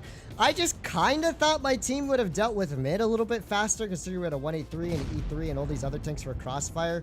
But, and like a Sheridan STB free roaming the flank, I thought that I wouldn't have to worry so much about my side there. But in the end, man, STB, you were very lucky there, dude. Cutting it way too close. You would have been better off maybe pushing into the mid and going haul down when he was on reload. That would have been the better play there. Let's see. Oh, this is painful, watching these fools. Whip average. Oh. Yarrow, if I was playing for stats, trust me, I would not be streaming on my account. I don't really care about my 260 stats, so. Otherwise, I totally would not be streaming right now with the 260. I can solo the 260 for 4K, no problem. Most of the time, especially if I'm running in mobile queues, but for streams, I can't be bothered with that, so it's just kind of a whatever scenario. That was just kind of a bro moment battle. That VK was super annoying in that position. I kind of thought our full HP E3 would have been a little bit more helpful in the mid there. The dude is just like useless as can be. He wasn't keeping the front line off. He wasn't keeping the sides down. He was just sitting there in the middle of the game. See ya, Kuba. Thanks for dropping by. Oh, what is that? No, Uber. I do not care about you. Go away. Didn't realize you were streaming since I'm banned from the Discord now. Unlucky. Should the 260 need armor buff? No, I think the 260 does not need armor. The 260 does not need more armor. It's all about its mobility and gun. The moment Wargaming tries giving this tank armor, it's just going to be a worse version of any other armored heavy tank in tier 10. And I just do not see that working out. I think it's much better. Just leave the armor the same, but make the gun better. Like, the gun's already really good, but its DPM, given its armor profile, its DPM is not as good as it could be. If you consider something like an E6 running 3400 DPM, this tank just doesn't quite have that type of luxury at 2800, right? So maybe make his DPM a little bit more competitive. That would be a good starting point for this vehicle. Maybe make the gun a little bit more accurate so you don't have to sit there and aim in shots as much, which is kind of an issue with this vehicle, right? I mean, come on, like a shot like that should never ever miss in a tank with, like, in this vehicle, but it did. So that's what I'm talking about when I say maybe making the gun just a hair more accurate. But either way, I still absolutely love this vehicle. And I don't think there's any really significant issues with it, to be honest. All right, so enemy team's kind of wilding on this side a little bit, if I'm honest with you. We have a Yak Tiger. We have Object. The Yak Tiger's probably free aiming this right-hand side, I would assume. Let's put a quick snapshot into him. I'm going to pull into a hold-down position to prevent him from continuing his pressure forward here, basically. Nice. And if this Leo or Object tries pulling back for me, I can deal with them. I'm going to hold here for now. My team is not doing so well at the bridge, are they? Okay, my team is just not doing well in general. Holy smokes, man. Not even sure what on earth they're doing at this point. Alright, quick shot towards the Leo here. Sadly, he's just side-scraping out and staring at me for some reason. Oh gosh, this team is not. This team's a no-go. This team's already a no-go. I don't even know where I'm supposed to push here to recover this game. It's already just over at this point. My team needs to first kill the 4005. The longer this 4005 is allowed to just chill here, the worse it becomes for us. Nah, this ain't it, Chief. This ain't it, Chief. This team is wildin', man. Holy smokes. How did they get absolutely wrecked on the heavy side like that? Well, this is definitely an even bigger rip damage game for me. Although, at least I can HE this dude for 440, because that wasn't enough. Garbage. Straight up garbage. Our meds were way too passive. Like, oh gosh. If they'd pushed in, I would have pushed in with them, but they were just holding there. No one wanted to push left-hand side. Our bridge was just terrible. Actually, when I look at lineup, this game was just mad scuffed. We didn't even have any holding heavies. It was me and an IS-8 were the only heavies. Then we had a whole bunch of TDs and a whole bunch of meds that did a whole lot of just absolutely nothing. I should have just gone heavy side. Screw med side. I should have just gone med side. I was choosing if you've forgotten Faust. Ah, GG. I see RNG scammed you hardcore, but that's the V4 for you. Oh yeah, man. How bad was that? That was just terrible. There was nothing I could even do there because they were just like... A few of them decided to go bridge, which was probably a terrible idea, considering we had no holding heavies. And then one of our meds immediately YOLOs and dies, and the other two just sit back and slowly get farmed out for full HP. And then it's like, I can't really push in with 2 half-health meds. That was just a rip moment. I'm going to go for a rather bizarre play, but one which the 260 could in theory pull off with its mobility, as long as the M4 doesn't spot the crossing too fast here. Lovely. I assume the M4 is going to spot the crossing. This is a really good bait position, by the way. Just letting you know right now. Alright, there's the 752. Quick snapshot into his tank there. Let's angle up our side a little bit here. Alright, 752 is just kind of chilling over here on this side. Another shell into his side there. Good stuff. Getting some early farm in already. That's what we like to see. CC Mark 1 over here. Hitting my turret. Another quick shell towards him. Looks like I hit the Object 752 again by accident there. Wasn't even trying to shoot for that fool. Alright, we know where the M4's location is. Another shell in there. Let's see if I have 1600 damage, means I blind fire that 752 as well. Looks like I may have blind fired him. Nice. Now, the only issue that I foresee right now is my allies have no one holding the front line. But on the other hand, the only one YOLOing me at the moment is the Leo PTA, which, well, it's a Leo PTA, guys. It's nothing to be too frightened of. His Amarak is also damaged, so let's just wait for him to pull in a little bit here. Okay, that's a bit more problematic now. That is definitely a bit more problematic. However, he's going to have to really push into the open to shoot at me here. Throw a track shot into his tank here. Get up close and personal, maybe. Give him a little bit of my side armor. Okay, not quite able to hit him there. That's fine. It is what it is. Quick shell to him here. And let's get up close and personal, basically. Bruh. Okay, allies, hello. The full HP M4 just YOLO'd in. Oh my gosh. Our 268 is not in a good sniping position. Our 54 is provided no cover fire. Well, that is a good position to be. I mean, we killed the Leo. We managed to get the 7.52 and the CC off the hill. The M4 is now just in the worst possible position thanks to his very unintellectual YOLO there. 54, just pressure him. 54, he's a 3-shot. Just go, buddy. Buddy, he's a 3-shot. He's not even looking at you. He can't even look at you. There you go. Gosh, allies make games such a pain sometimes. They could have capitalized on my position so easily to pressure the front here. To farm, like, TNH could have farmed out the M4 when he was sideways in the open and everything. That would have made this game an easy collapse, but they just didn't. They refused to move. Either way, we should win this, I think. Oh my gosh, what's our 183 doing? Dude, you could have pushed up to the mid. You would have had crossfire over there, and you would have had crossfire in the M4.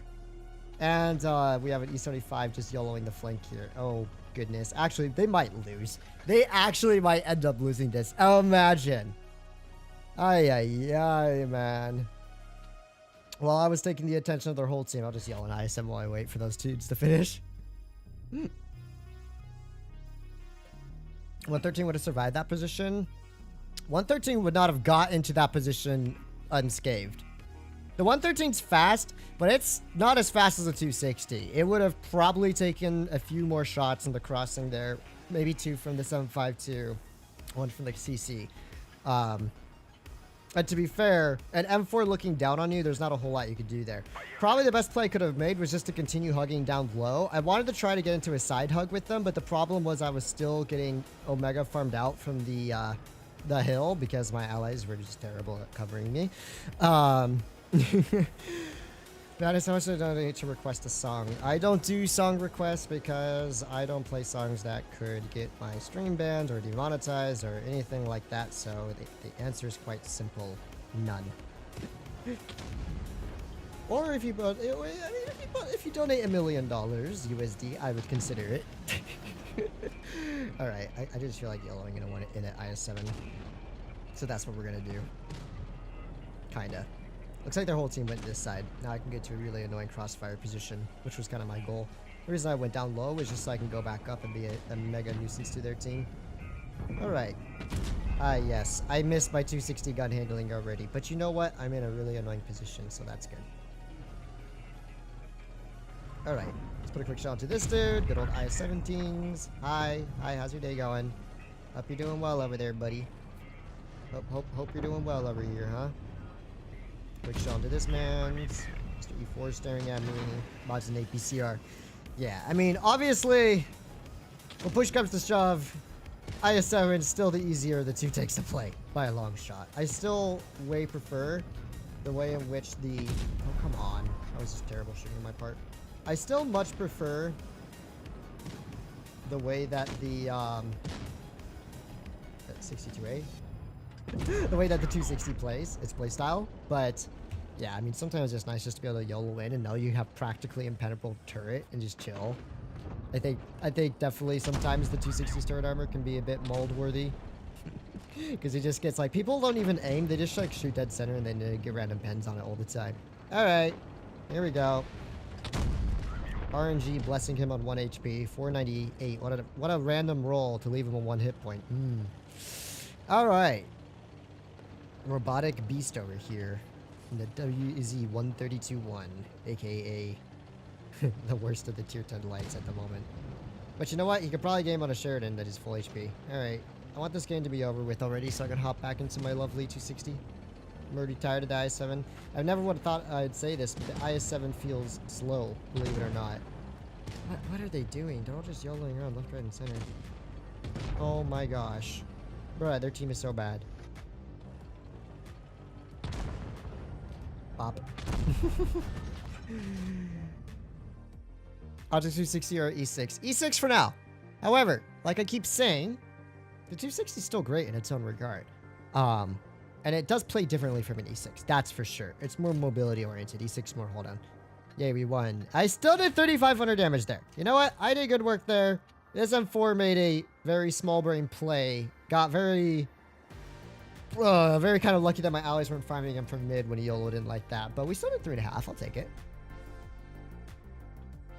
Fantasy tank needs negative 8 gun depression. No. It does not need negative 8 gun depression. If we're going to give it gun depression, 7 would be more than sufficient. Because currently running on 6, I rarely have issues with this tank's gun depression. Personally, I think it's the height. If they wanted to give it 7, sure.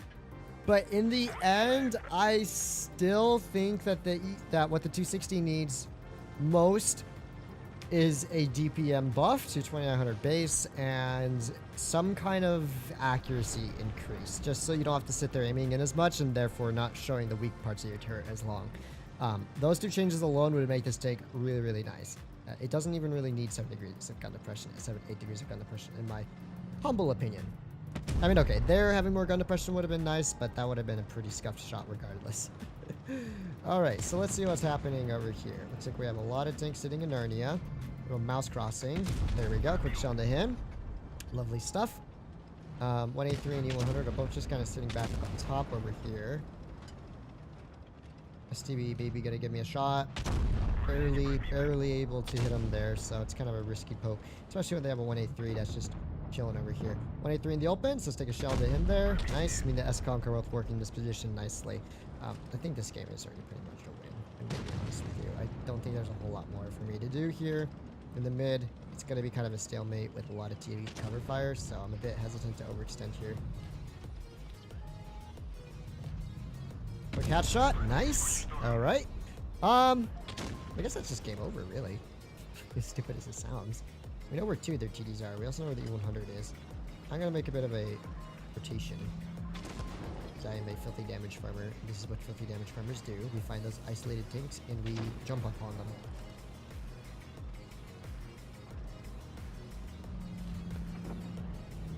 Aiming. Oh, snap. Wait a second, buddy. You're not a TD. What you doing up there? Let's watch out for the Yag crossfires. He's waiting for me. That's the only reason I'm hesitant to push in here. Okay. Ready. At this point, I'm convinced just YOLO in for the E100 to get damage here. It's already game over. Buddy, why are you angling back? You're so annoying. Annoying piggy. Annoying piggy. Okay, now you're just gonna ignore the grill. Oh my... Sure, he pens that with heat. Why are you turning all the way to me now? Oh my goodness. These players are so terrible. I don't know what to do about them, guys.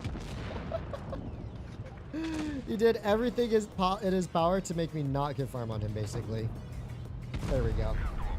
It's okay. If I YOLO hard enough, maybe I can still farm the mouse. Mission deal omega damage. Okay, maybe not that. Come here, Mr. Mousy Poo. Wow, this was a very one-sided game. I would be lucky to even break 3K. Very, very lucky, honestly, considering how many tanks are pushing in on this mouse here. What? Wait, how? Where? You saw where the shot landed. It was right there. Are you telling me that little attachment piece is non-pennable? Hello? Bruh, that team was just so bad. I should have just stayed mid. I wasted so much time on this Pepega E100, who by chance was just perfectly angling up to me there. He wasn't even trying. He was just like trying to avoid the grill every time. Ugh. That was an annoying battle. I should have had like 3,000-4,000 damage there, but oh well. Oh, am I late? Only 2 hours late. Coverage means you want to be able to watch it again once the live is over. Exactly. And to be honest, a big part of my streams is the rewatchability for players. Like, I usually get maybe 3,000 views on the live. It then ends up with 10 to 20,000 views after a couple of months. So, yeah, it would hurt a lot of other players if I had to remove a stream. A lot of other viewers, I would say, if I had to remove a stream early because of music. That's why I don't do that. That's why I use Stream Beats by Harris Heller. Fully non-copyright music meant for streamers. Highly recommend for some chill beats. Oh, that's 57. He didn't spot me, though.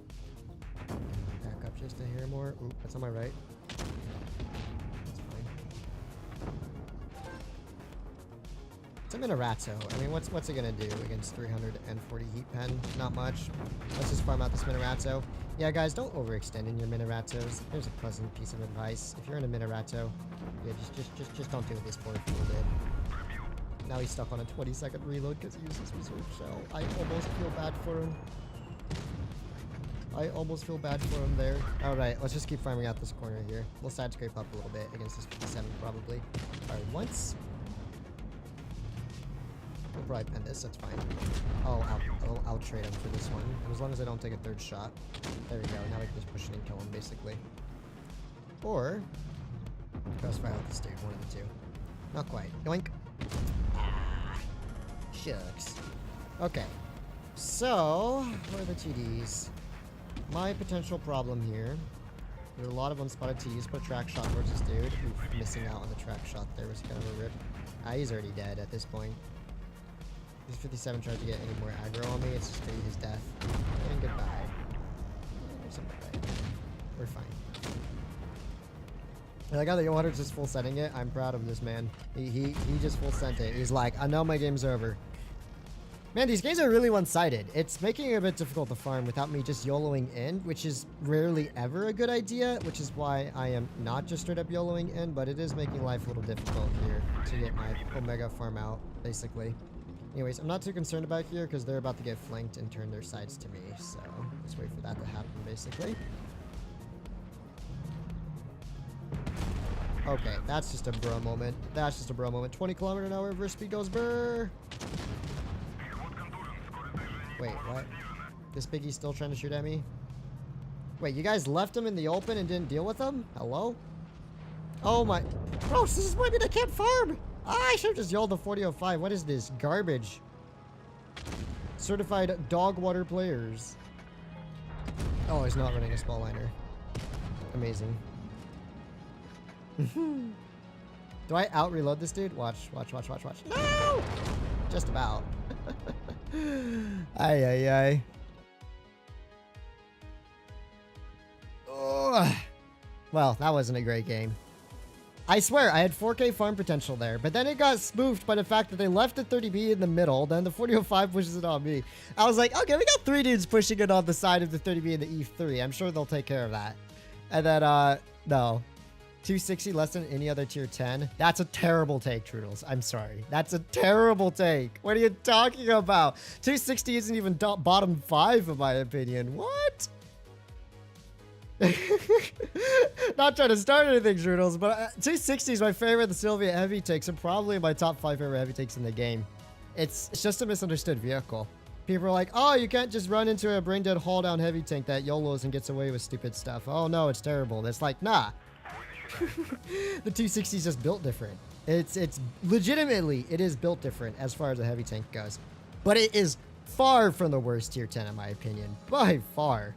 If you're telling me you'd rather play an Object 263 over a Object 260, I don't know what you smoking, man.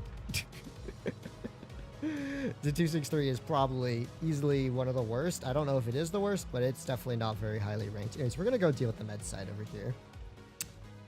We'll see if we spot anything up. We'll just take it easy for now.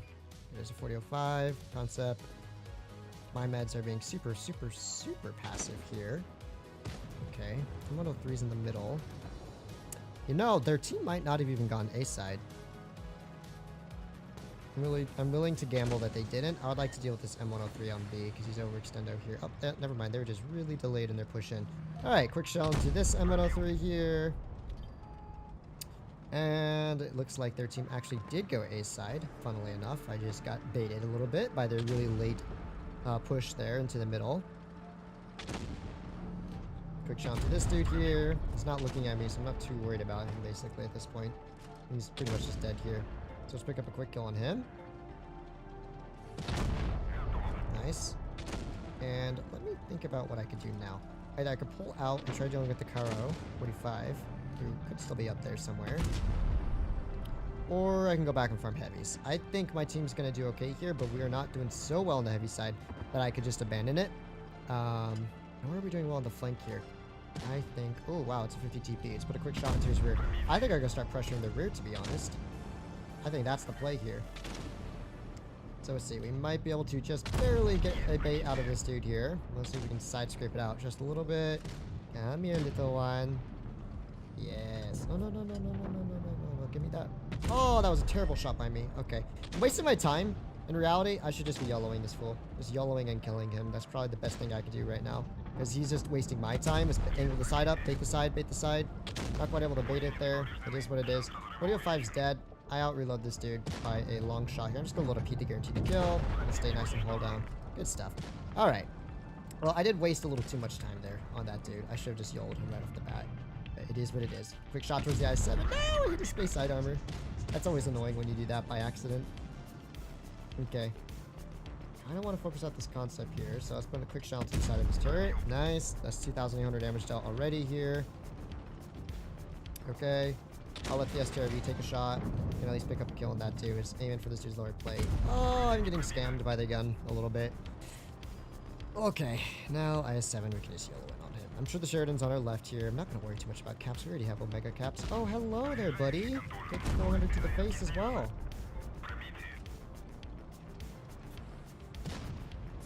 Hi, IS-7. Yoink. 387 there. Nice. I think at this point I can just start pushing in on this dude. He's kind of in the open anyways. Quick lower plate shot. Nice. 4,000 damage dealt so far. I think in terms of rotating around, we made the right plays. My mistake there was wasting a little bit too much time on that 50 TP in the middle there. But otherwise, I think we made the right rotations and everything that we needed to. And now it's just time for Mr. Wild Sheridan to die. Here, buddy. 330. What? That's 5,000 damage, just under 5,000 damage at least. So I'll take that game very, very happily. I don't think the E6 is better in every other way. In every way. E6 is better in terms of DPM. It's better in terms of gun depression. Its turret is arguably better, but they're fairly similar. 260, I believe, actually has better traverse speed numbers. It has better alpha damage. It also, I believe, has better gun handling than the E6. So, I mean, that all comes to a matter of perspective. But the whole point of me streaming this tank was not to say E6 is just better, go play it. It's that this tank is still very nice in its own way if it suits your play style, which 100% it does for me. I've been really enjoying this tank.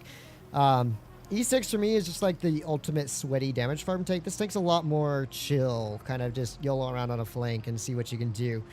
Catch players off guard and stuff like that. And utilize the rather nice gun handling to your advantage. Anyways, so far, it looks like the enemy team is quite split up here. So I'm going to see if we can take advantage of that to get some nice early damage farm out here on them from the sides. They have gone to the rather uncool middle portion of this map, which I usually do not recommend going to. But with the mobility on this tank, we are cruising at 52 kilometers an hour down there. And we're going to go nice and early here for a quick spotting run on this flank here.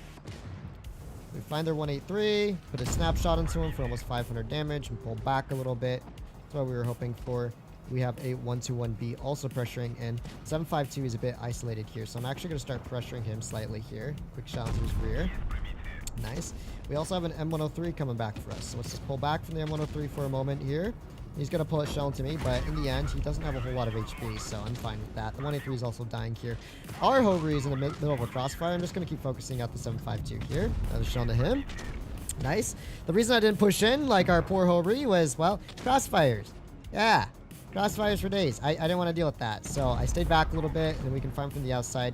Now I can help our T22 out here if he gets YOLO'd by the 121, which he probably will get YOLO'd by the 120 and 30B here. So let's see. Give me a shell into his rear. Nice. Our object's pushing in, so I think I can start pressuring him as well. There we go. And this is where the 260 is just going to absolutely bully these poor meds here. Quick shot. Nice. Whew. That hill was really causing my tank to jump around a whole lot there. Nice. Okay. I'm going to keep focusing on this 121B here. Quick shot. Nice. And AMX-30B is going to try running away. Bless his soul. 30B may be fast, but is he faster than the Giga Chad 260? I think not. 545 HE into the booty. And, yeah, he's almost dead. Yeah, poor soul. Poor soul. Bless his poor soul. He's dead as well. Yeah, I'm pretty sure the 260... I might be wrong. I feel like the 260 has a better handling gun than the E6. Which, I mean, doesn't matter because the E6 just goes sicker mode with DPM. But we pulled 4K damage out there like it was nothing, you know? How it is. Let's put a quick shot into this man here. We're gonna have to start turning our attention back to the 62A and hope the object does not die here unnecessarily. Okay, he kind of does. Put a quick shot into this dude. I'm gonna back up a little bit here. T22 YOLOing in. T22, you just have to hit one shot there, buddy. So our T22, maybe not the most bright intellectual in this game here. Fast shot to y'all. I'm pushing in here. Get up close and personal, so he can't hopefully pen me as easily. Track shot, get up close and personal again. Try and get my gun into his face, basically, at this point. Not really a whole lot I can do here this battle. I did my best. My teammates kind of threw. I thought our Object 84 was going to kill the M103 and push past, and then our T22 just YOLO'd in there. But I mean, we still did 6,700, almost 7,000 damage that game. I'm not really sure how my allies threw there. It might be the fact that our T22 penned a total of 0 shots with 123,000 battles and a 44% win rate. This dude has played like, oh my gosh, 40,000 more games than me, right? And he's a 44%er. He's got 7k damage. I mean, is this a troll account? Let's see what his most played tank is. Scorpion G. Let's see his tier 10 stats. He could be worse, but holy smokes, dude. If you had penned like 2 shots on that 62A or any of those meds, we literally would have won that. And I would have like gotten a 7,000 damage game out there. That's a rip, man. That is an actual rip. I am so sad. So, yeah, anyone who's saying the 260 is trash, I mean, that game is just another example of what I'm talking about when I say the tank's really, really good and when you're using it correctly, right? It's not a heavy brawler, but you find those isolated targets, you push onto them. And in a different world where my T22 could pen more than 0 shots of damage, that would have been a 7,000 damage win. You know? It's like, oh boy, man, what am I supposed to do? That's just one of those bad scuff scenarios. It's like, you need at least one good med. All of my meds sucked, but the fact that our last remaining medium tank, the T22 there, did 0 damage. Yes, he didn't pen a single shell. He got ram damage in on the 62A. That was it. I'm going to go clear med side out, by the way. Hopefully my allies are eager to do the same. See, the enemy's 260 is kind of thinking about doing that here. Let's see. Going in this bush. So no one's in the bush, huh? But there's a grill in the back. And the 260 sniping me from Narnia. Go figure.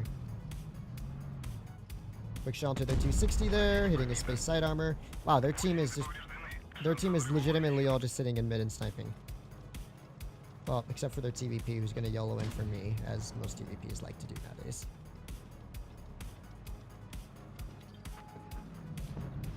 I don't know how I feel about this. I have some cover fire. I don't really think it's enough here, man. If this TVP gets a little more aggro on me, it's going to be so annoying. Case in point, like right now, he's just going to do the TVP thing, which is, oh, I'm a TVP, I'm a YOLO in. I'm the smartest intellectual in this game. Yeah, TVP players. They are so annoying to deal with. They're like the new Type 71 of Blitz. Oh, we hit those. That was a clean shot. Still, the TVP got kind of thwarted in his YOLO there, so that's fine by me.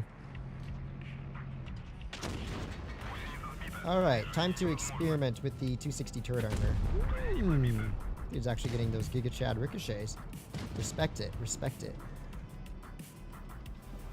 Oh, the TVP's dead! Their whole team's just dead. This is not a farm scenario. Oh my gosh, man. They are just YOLOing in. Well, I guess I was great bait this game. If I was nothing else, at least I was good bait, right? Bachation? Bachation. Bachation. What you doing over here, buddy? Their team is just gone. They're just done. Oh my goodness. Talk about a zero farm simulator. A zero farm simulator, dude.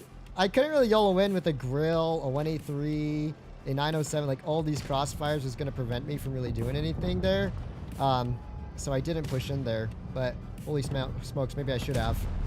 We did 2,300 damage almost. I'll take it. How you doing this fine day? One of my favorite 69% win rates to top it off. Perfect. Hi, curious. Just gonna wait for this tank to get buffed before I touch it again. I agree, MJ. It's probably gonna get a massive buff, which is the only reason why I kept saying, like, don't buy the tank now. Wait to see what Wargaming does with it, hopefully this Thursday. But honestly, I've been kind of vibing in this vehicle. It hasn't been all that bad. I don't think I have the highest average, but I rarely do when streaming. Solo, I was playing a solo earlier today. I had like 4,500 average in it, but once I started streaming, it dropped to like 3K. It is what it is. But I have, you know, solo today, about 3,700 or so average in this vehicle with an 82% solo win rate, which, to be honest, in a lightly armored heavy tank that players think is garbage, oh, at least some do, is very, very solid in my opinion. And to be fair, if I was not streaming but actually solo sweating like I would usually, I'd probably have closer to 3.8k average. Maybe about the same win rate though, but I would at least average more. So yeah, I like the 260, and I do hope that Wargaming gives it the proper buff to make it competitive without ruining what we love about this tank, which really is its mobility and gun handling. Those two aspects of this vehicle are just sublime. Speaking of gun handling, we're gonna try and put a shell in towards this IS-7 here. Sadly, the shot went to Narnia. At least it went into the Narnia sphere that is known as his spaced armor, and we have an HE spamming Andy E100 piggy over here, so just bad, man. I think my team is going to get wrecked on the med side here. So what we're going to have to do is clear out the E4, probably Yag Tiger, as well as the E100. Basically, we're just going to have to sweep out this corner here. I'm going to see what I can do about that. A wild STB pushing in, and we're going to ram the daylights out of him. Definitely worth. We're going to also pull back to make sure we don't get crossfired out from the bridge. STB1 not making the brightest play there. Getting absolutely eviscerated by us. Good stuff. Yag Tiger is rotating back into the middle here. 429 damage into him there. As long as he's a bit distracted, we can continue farming him out. So I think I made the right rotation what I did to give me enough damage here, hopefully, to give my team a chance at winning this battle. Now, we have lost the top side. The E4 still appears to be isolated over on this end of the map here, so I'm going to see if there's anything I can do to try and start dealing with him. I'm sure he's going to rotate back for me any moment now. He's probably even already pre-aimed for me. Same with this E100 here. So I'm going to have an E100 and an E4 pressuring me very, very shortly here. Let's see how that goes for me. Okay, E100 is distracted. Let's see if this E4 can get baited into shooting my space side armor at all. So far, that does not appear to be the case. There we go. Quick shot into his drive wheel here. In theory, I out-reload the E4, but this is probably going to be my demise, I think.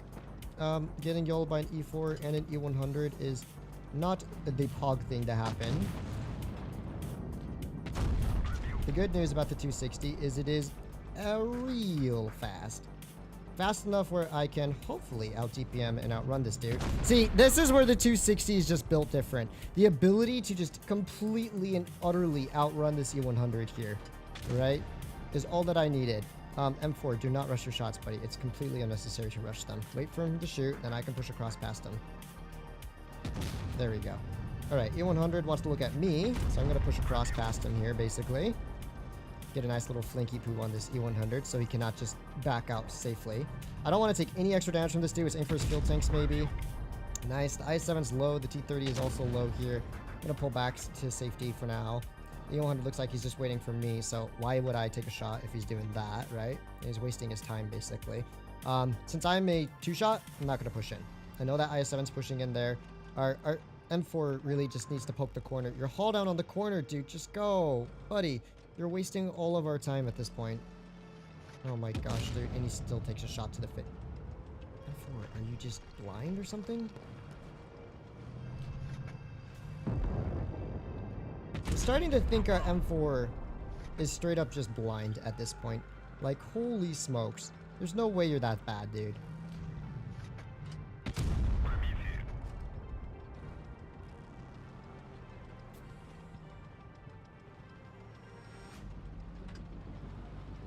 Oh, of course he rolls 700. M4, you are the worst player in this game. Dude, you had 1400 HP. The E100 is sitting in front of you. You have hold down cover in front of, like, what? How are you this bad? Oh my gosh, M4. He didn't even kill the E100. Dude. I played that game so well.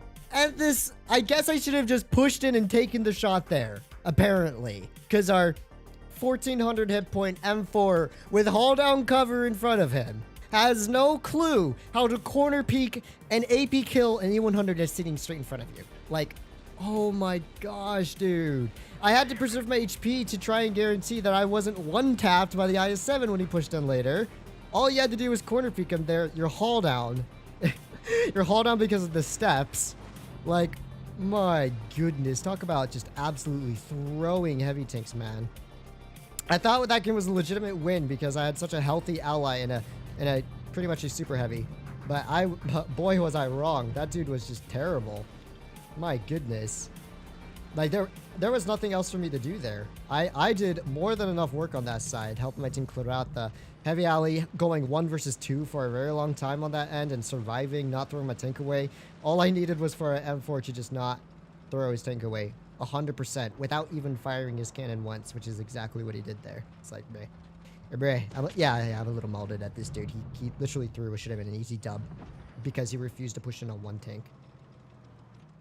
On a one-shot tank that couldn't even kill him. Okay, Brigitte, pull back a little bit here, buddy. Oh my gosh, the shell velocity is insane. I was not expecting it to hit him as quickly as it did there. Okay. Aha, there we go. Perfect. Nice. We'll just keep going for some crossfires early on. I'm a bit worried about those TDs that are unspotted right now. But intuition tells me that the team is a bit split up here. So, here's what I might end up doing. I'm sure they have TDs covering this big old E100 here. All the same, I think if me and this V4 push in together here, we'll be fine. You can see the Badgers here. I can use this hill as cover.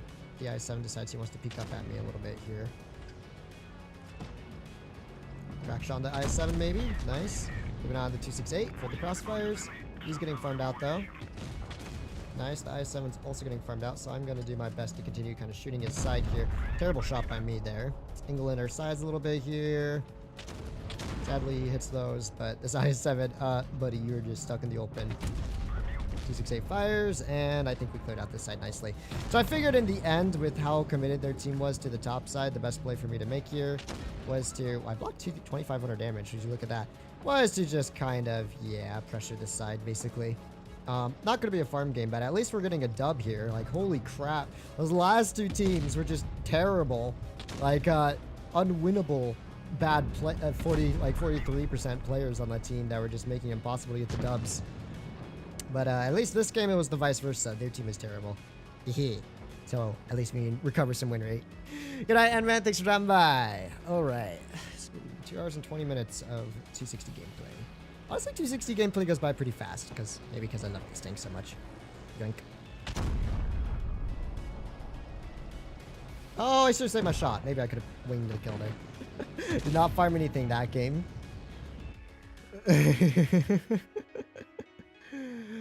Ay, man.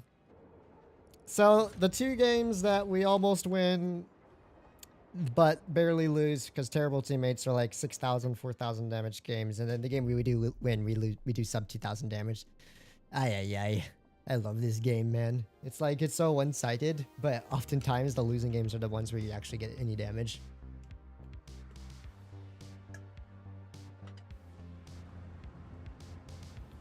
Rip the 80% win rate. I mean, we might still be 80, but definitely not 82.5 or whatever it was earlier. You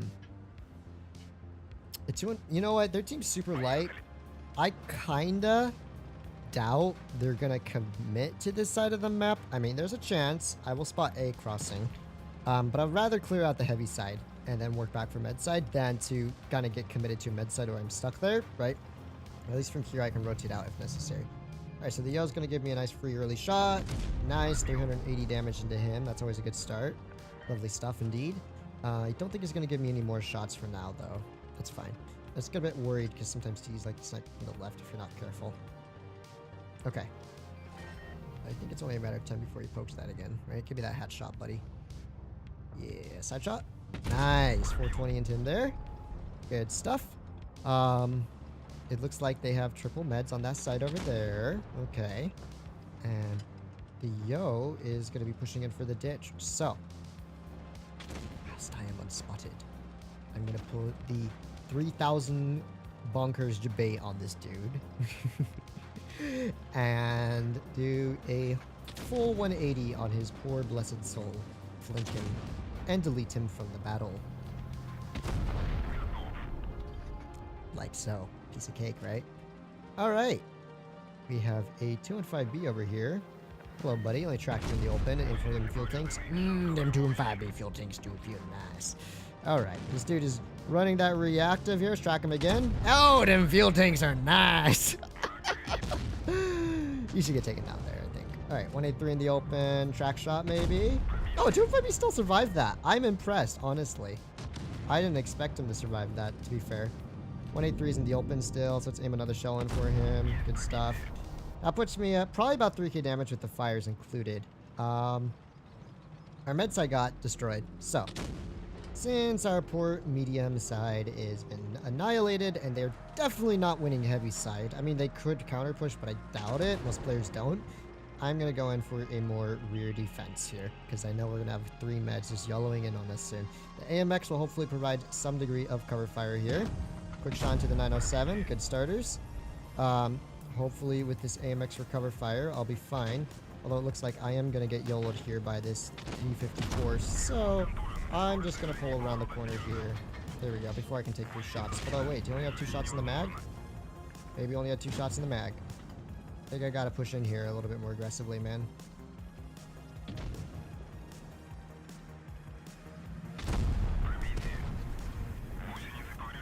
What am I to do? How terrible are you guys? AMX. Oh, he's AFK. Of course. Oh my gosh. My team couldn't even kill the 2 and 5B, man. What the heck? How did our meds get just stomped on that side as well? I felt like we were pretty okay matched on the spawn, but I guess we did fine. We did 3,600 damage, which once again, we did 4 times the amount of damage as our 2nd and 3rd and 4th and 5th players, basically. If this dude wasn't AFK, we might have been fine if our V4 hadn't fluffed his kill shots as well, but oh well. I guess it's that time of day where the teams just go full, unintellectual mode, to say the least.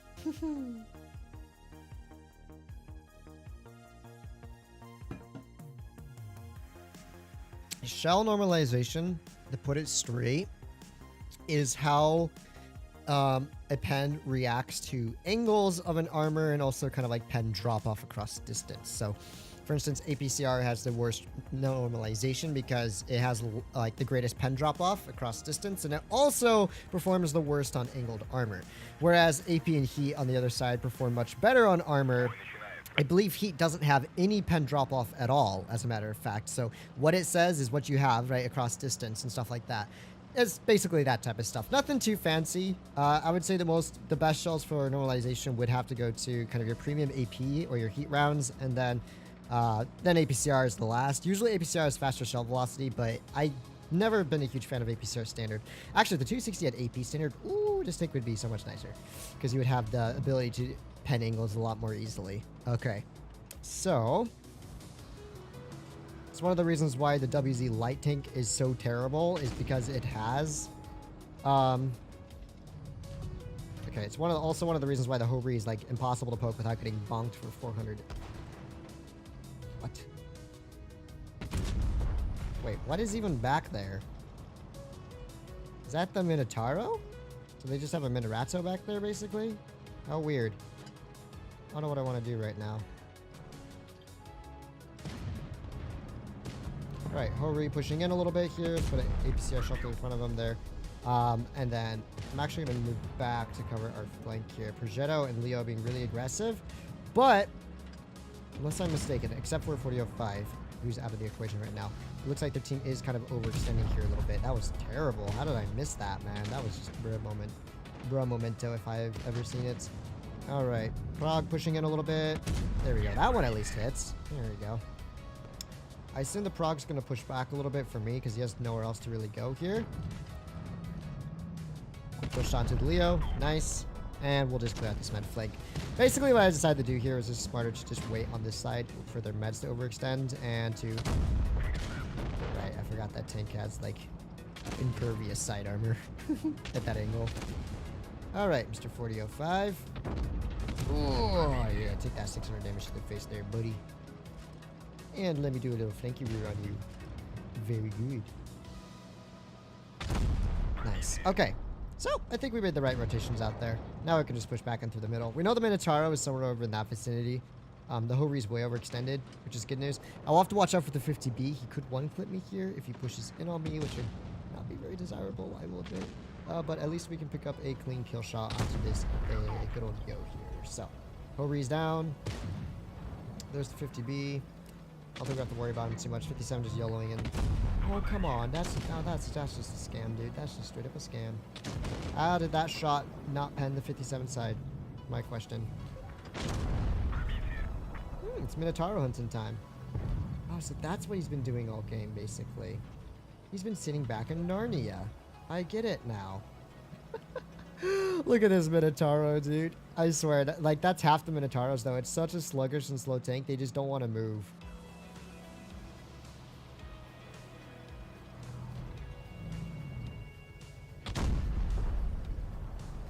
Oh, of course he's just pre-aiming at me. He doesn't have the view range to spot me from back there, though. Look at this dude. Look at him. He's so cute. Oh, bless his poor little soul. Bless it. Blessed be thy soul of the Minotauro who could never commit. Oh, come on. See, that's what I'm telling you, man. Oh, that gun. It's so good sometimes, but, like, it misses the most point-blank shots, and you're like, how? See you, Curious. Thanks for dropping by, as always. Oh, well. Oh, well, Z. Oh, well, Z. 2,000 more damage. I mean, it could be worse, I guess. These teams are not very pog. Let me try putting sync control mode on. Let's see if the queues are too bad. I mean, it's a Sunday, so I hope the queues aren't so bad on a Sunday.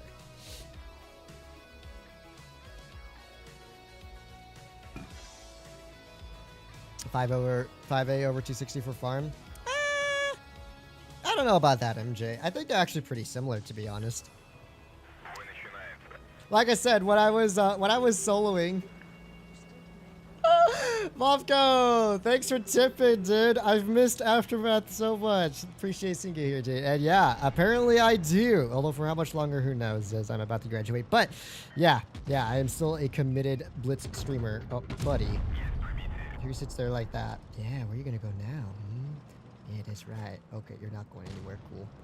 Also, that is definitely not a take I can face frontally. That's for sure. Oh, never mind. RG is just goated. RG is just goated. I would say the 260 is more optimal for like movement farm MJ, whereas tanks like the 5A is more optimal for just like your typical hold down farm. But when it comes to repositioning and stuff, it's hard to beat the 260s just kind of outright spedness, I guess you could say. Oh my gosh, can you... gosh, this Ice Force is so in my way. This is completely blocking my side shots here on these dudes.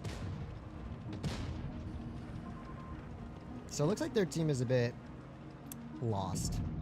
Put a quick shot to this VK here. What? Okay. Bro, what is that scam RNG? Like, straight up. That's just scam RNG there. And there you go. Put a shot to this dude.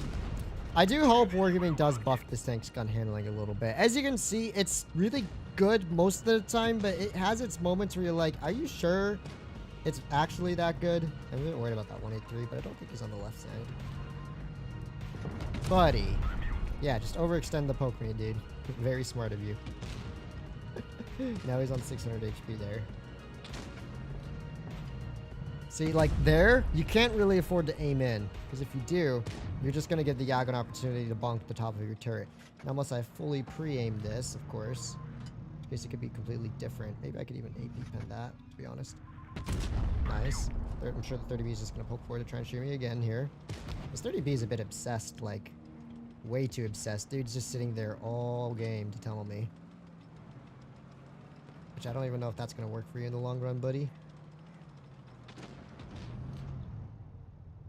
Nope. Oh no, you pushed into a crossfire. Oh dear, how could you ever let that happen there, dude? I figured that Yag would push in sooner or later, so I decided to just sit back and enjoy the free farm? Sure. I'll take that. Yeah. You be my guest there, buddy. I don't even know what's happening this game anymore, dude. I just don't even know what's happening. Like, I see our eyes forward 62 just YOLOing to their spawn. There's still an unspotted 183, by the way.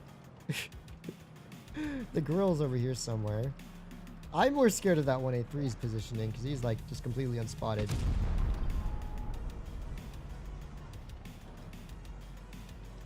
I'm sure the concept's going to kind of YOLO in for me a little bit here.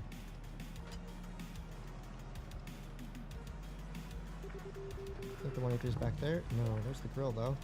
Can't be AFK. Maybe he's in the upper corner. Maybe he's just big chilling in the Narnia verse. There's the grill. Okay. Yeah, I figured he'd be back there somewhere. Well, I kind of thought he would be spotted up sooner. He was legitimately back there. Nice. Easy claps. 4K damage. What a weird game. Hey, CJ, good to see you, dude. Jag had enough. Dude, Jag just gave up and lagged out. I think he lagged out. There we go. Not bad. I mean, once again, I'm not a huge fan of playing this tank in your typical hold down positions. It's much more optimized for flanking and stuff, but it can hold down. It's not the best for it, but it can. I think definitely it would be a lot better hold down if Wargaming were to just make its gun a little bit more snappy. That way you don't have to sit there aiming in your shots, because if you sit aiming in your shots in the 260, you're just getting Pepega through the turret all the time, which is why I'm just like, yeah, no go. Jag Wi-Fi broke, yeah. Is the 260 gun depression? It'll indeed be comparable to STR Beacon E6 if it had gun depression, I suppose. But I kind of would rather them not go the gun depression route and rather them just give it super good gun handling to compensate and maybe some better DPM, that type of stuff, you know? Like, make it where it's not a replacement for an E6 or an STRVK, because it has like 6 or 7 degrees of gun depression and less armor than the two of them, admittedly, but make it where it just has an absolutely killer gun in exchange and mobility combination. I think as long as they keep within that field of, hopefully if they rebalance this tank, I will be happy with the changes. Venice, are you going to stop streaming after you graduate? I don't really plan on it, at least stopping right away. It kind of depends, as I'll be entering the workforce and my field requires a pretty hefty amount of commitment in that regard. So it kind of depends if I am up to still streaming Blitz once my work starts up, that type of stuff. We'll see. We'll see. I'll probably still stream for a little while after I graduate, though, so you don't have to worry. I'm not going to dip on you guys anytime too soon. Doc thought he was a bomber and Big Boss. Dude, legitimately, he was like, I bummer. I go poof.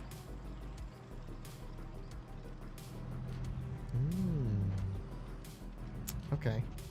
I'm still going to go into the middle. I still way prefer taking mid control if possible. Or Sheridan's kind of spotting up the rear a little bit anyways. It looks like, well, except for that dude, and the E4, who's just, except for a bunch of TDs over here.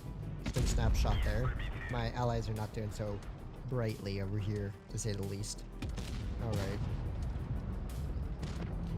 Snapshot to the 183 again. Nice. This is why I love this position. I always feel that if you can take middle control, it is going to benefit your team greatly. My only concern as of right now, snapshot, is what on earth that 183 is thinking. Because that 183 could be flanking me for all I know. And, yep, he is. So I'm going to try and take advantage of that. Let's put 525 into this fool. It's just me and a Sheridan over here. Me and a Sheridan over here. Alright. Put a snapshot to this man's here. Back up a little bit. Okay, we're still chilling for the time being. We are still chilling for the time being. Let's see if we can put a snapshot into this Rigger's turret. Nice. Make him a one-shot. Get him, Sheridan. really would have rather you killed him there than leaving him alive, but I see how it is. Oh, hello, buddy. Oh, not hello. Hello to not hello. I was gonna load up a heat shell here basically to guarantee the kill.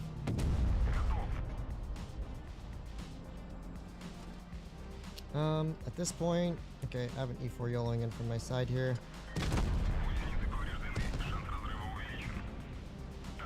Oh my gosh, how terrible. How just downright terrible. AFK, sitting in Narnia, shooting at nothing all game.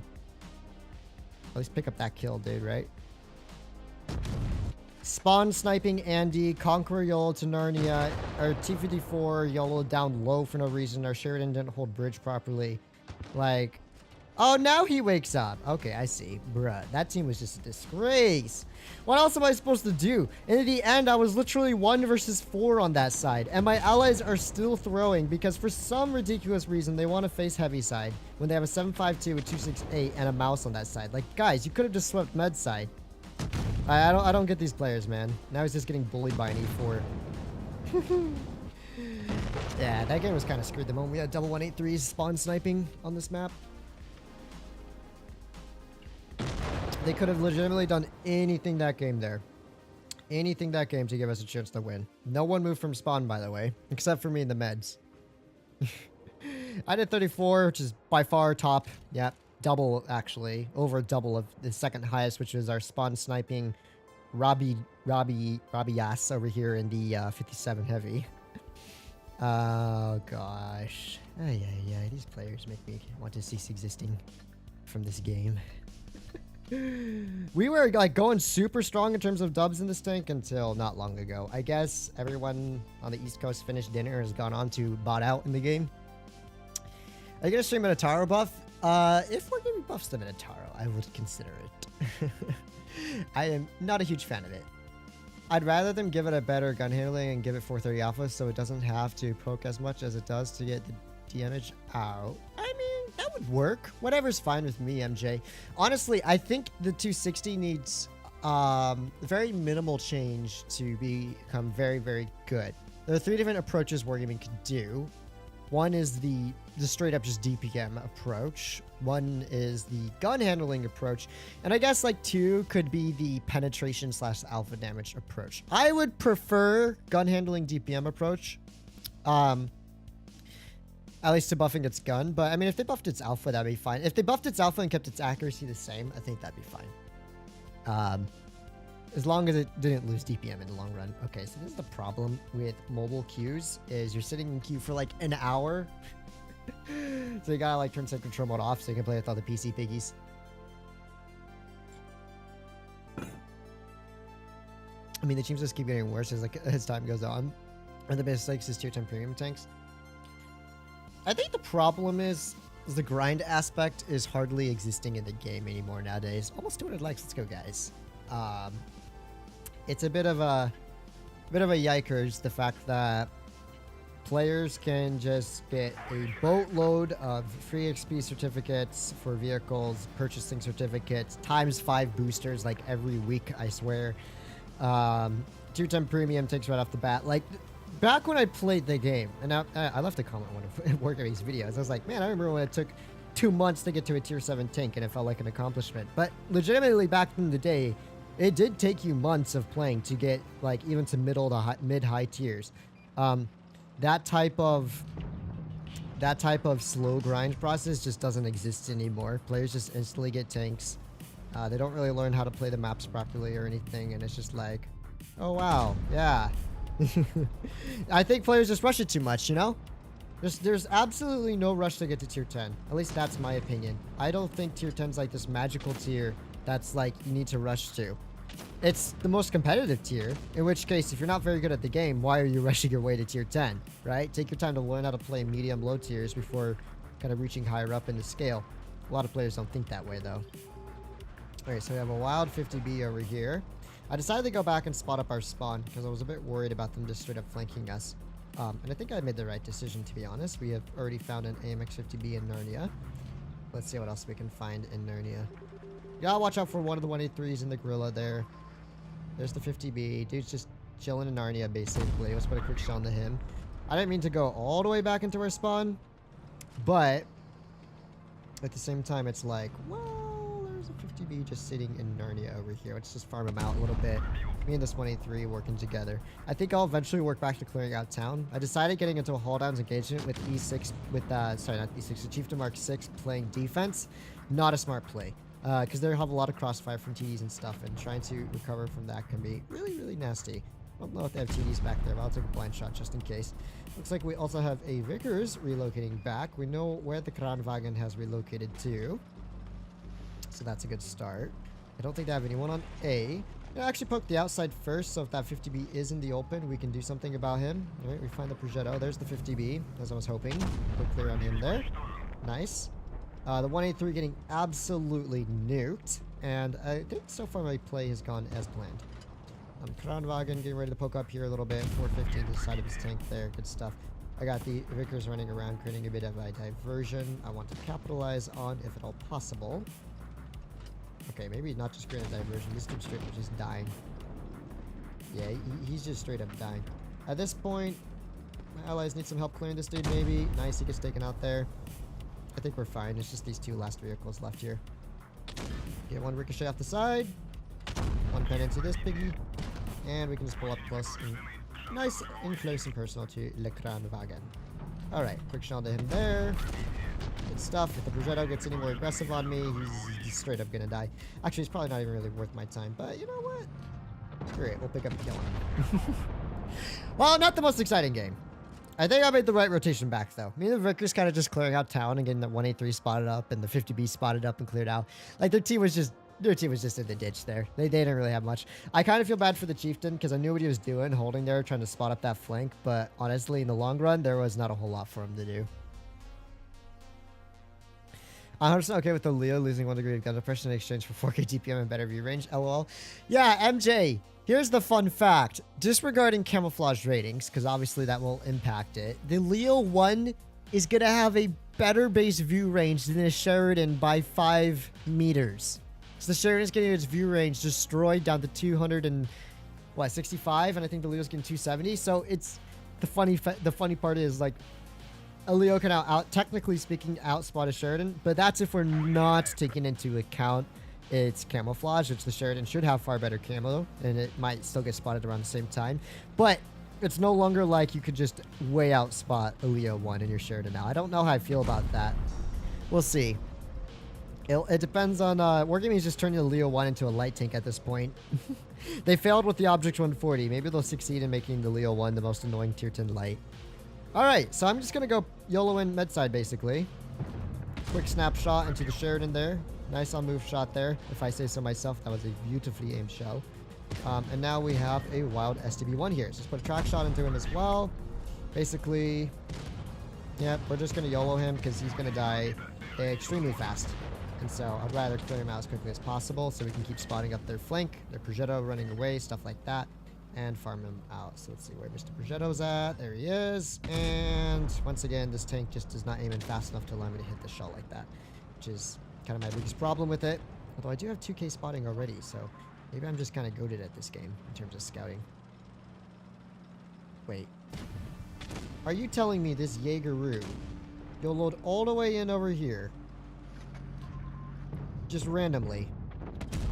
Oh my goodness. Dude, you cannot farm with these players. They have no, like, positional intellect at all. Like, look at this Progetto. Yeah, let's just YOLO in, even though the Yag just got full health in, like, 10 seconds there. It's just YOLO in the exact same route he did. See how that goes. Oh my gosh, man. One by one, you will YOLO into me. Yeah. Rip the farm fest, boys. Rip the farm fest.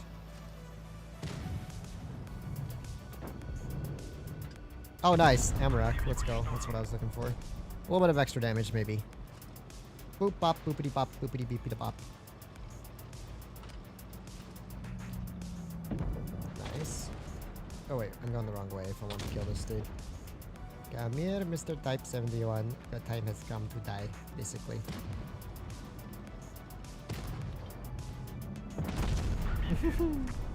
3K damaged out. That's it. 2 minutes and 15 seconds, roughly, to clear out all their tanks. Hey, HisRoyalFatness. Any plans on coming back to Clan Wars? Clan Wars? I don't know. When was the last time Clan Wars was around, man? That was a long time ago. Gosh, I wonder how many aces I have in this tank. 70. Oh, I still have 3750 average damage in it. Okay, that's good. I've played like 40 games in it today, I think, so far, and we've managed to get the average about where I had it. So that's nice. It's actually better average than my 5A, and I got the 260 before the 5A, I think. So it feels bad, man. I guess I'm just better at farming usually in more mobile tanks.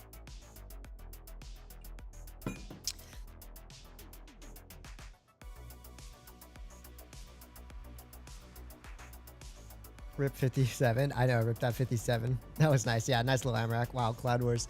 Yeah, I haven't played Clan Wars since like 2017, 2016. That's how long ago I last played Clan Wars. Have I been getting like Supremacy every single time I play Middleburg? I haven't had a single hold down Middleburg game because it's been Supremacy every time. I wonder if we can make the same play in town. Let's see. Maybe clearing hill would be the smarter play because they don't have a very strong hill team, theoretically speaking. But if possible, I would like to spot up town. And A cap. So I'm gonna cap B. Oh, someone's capping it. A at least. Ah! Why are you crossing so late, Piggy? Oh my gosh, don't tell me these dudes are just gonna straight up yellow in here. I should not reload this man's by a long shot. And now we're getting Pepega suicidal by a Stinger Beat here, who has already thrown his tank away. Good job, buddy. Nice. Oh my goodness. Wait. Oh, that's the same tunneling 1/3 dude from earlier. Basically, I can just hold this corner for now. I have their whole team just staring at me anyways.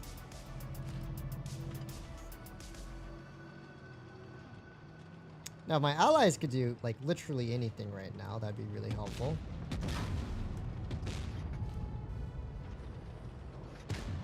Nice. I'm gonna back up one tier for safety reasons. Just because I don't feel like getting YOLO'd right now. Sadly, my team has done nothing about the town caps, basically, at the moment. Another shot onto this U100 here. That lovely reverse speed keeping me alive, but sadly, I wanted to throw his tank away. Now my meds are just sitting here, which rip meds cannot hold that position very well. I'm not really sure what my allies are doing here, man. Oh, bad shot. What you doing, buddy? That's ridiculously aggressive of you there, homie. Oh, come on, Patton. Why are you pushing it now like that? At least kill the 100 for me, buddy. At least kill the 100 for me. No way. He didn't even kill the 100. Oh, my gosh. Now our second U100 is just yellowing into his demise, basically. This game is all kinds of scuffed. He's going to bounce this watch. Well, definitely did not call that one, huh?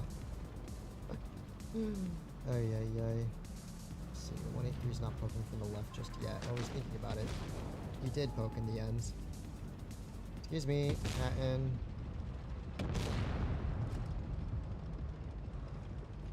Okay. Can we win this? Is the big important question. No, everyone's just gonna get himself killed unnecessarily, basically, at this point.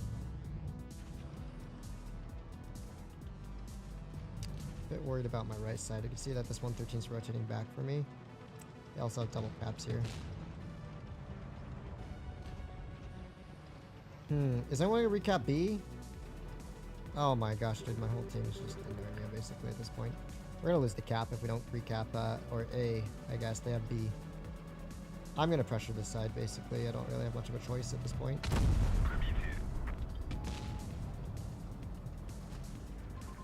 Alright, guys, push in together. Oh my gosh. We got 183'd. The 183 in the open at all? Not really. Talented teammates. Talented. Oh my gosh. Our Batchat throws his tank away. Our Batten throws his tank away. Both of our E100s throw their tanks away. You just have to hold somewhere. Like, come on, man. Hold anywhere. How are our E100s so terrible? 43%. 50% after 75,000 games. Oh gosh. I want at least one more good game in the 260. Goblin mode gameplay. Dude, there was like nothing for me to do there. Because like, I was getting crossfired out at first. But at least I stayed alive and pulled out of the crossfire. And was holding off that side completely fine. And then like our E100s just YOLO in one by one, bleeding all their HP out. Batchat and Patton do the same thing. And both fail at killing that E100. And like, yeah, that team is just terrible. Not really much to say about it. You can play Talon, just don't bleed and throw away your tanks unnecessarily. Like, come on, guys. Come on. You can't be that bad. Never mind, actually, they definitely can't be that bad. Who am I kidding? The certified goblin mode gameplay? Yes, indeed it is. I mean, I almost did 3k that game. To be fair, I could have found 3k if they didn't cap out, but like, bruh. Quick shell to the 113. 343. Okay, sometimes I feel like the 260's alpha damage is actually a bit of a scam. Like, it's supposed to be 420, but I swear, sometimes it feels like it's way less. I've rolled 300 so many times in a tank for 420 alpha damage that it's kind of like bruh moment. Alright, luckily for me, 113 struggles to side scrape because of its large profile. Its long middle hull, I mean. There we go. Heat round, boom, 288 because apparently earlier was not enough. My flank is getting abolished at this point. Ay, ay, ay. Why do I have to load up P for 113's lower plate? I'm just gonna keep brawling this dude out, basically. I don't know where he plans on going, though.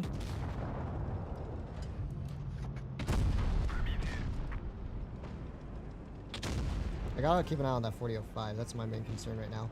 Also, not just the 4005, but the other tanks that are flanking me, like this WZ. WZ is still a problem here. However, this dude is now overextended. Just put another shot on the one and rotate back a little bit. Nice. So we're able to brawl our way around that 113 thanks to this tank's mobility. However, my allies are doing an excellent job at just throwing their tanks away, basically, at this point. Oh, wait, the WZ didn't kill him? Bruh. Or at least put a shell into him there? Well, I'm dead to the 4005, if nothing else, basically, at this point. They have too much HP here for me to do anything.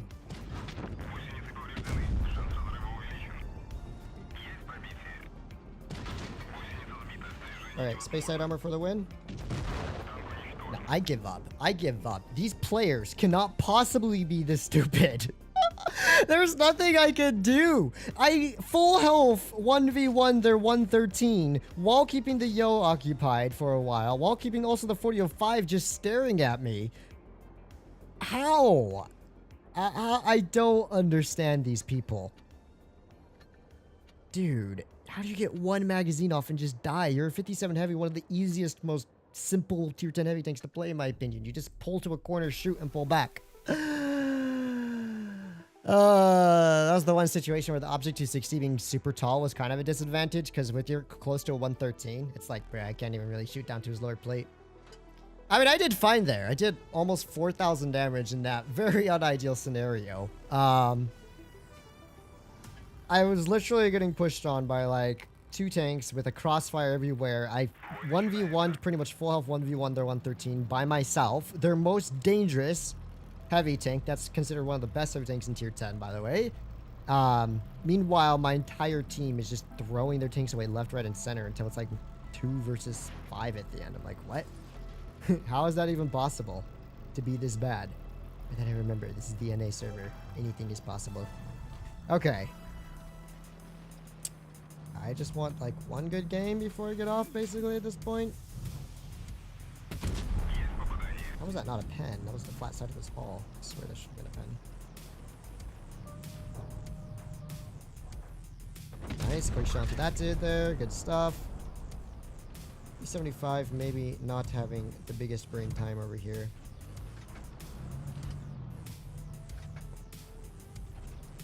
I think I'm just gonna YOLO him. Clearly their team is split up here, so this E75 is by himself.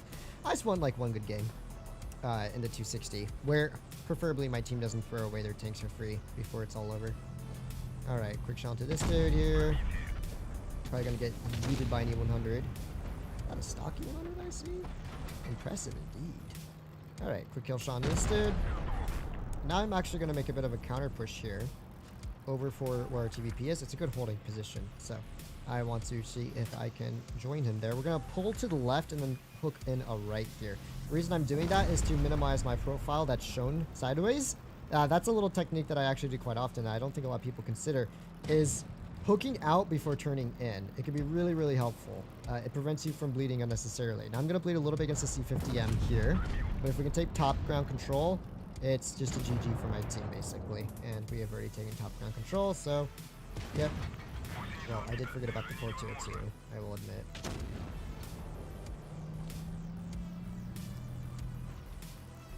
But I would love to farm this for. Quick side shot. Nice. So the Foch came back from above. I'm actually going to clear out the bottom side now because I'm pretty sure this Foch is straight up just YOLOing for me because tunnel galore. Hello? Hello? Hello? Teammates? Hello? Actually, I'm going to push across from here. I don't want to get stuck facing this dude frontally. Yoink. Let's go for a crossfire on them, basically. There we go. I don't want the 57ers to turn around and clip me, basically. Alright, 4-2-2 in the open. I am still getting tunneled by this Pepega Andy and the Foch over here. Who, by the way, isn't even gonna hit a shell into me just yet. Yeah, nice try, dude. You are a very special player in my heart. Get tracked. Come on, nuke him, I say, Hori. Nuke him. Nuke his Pepega-ness. What is this Foch doing, man? Oh my gosh. Now I have to deal with a 4-2-2 crossfire on top of that.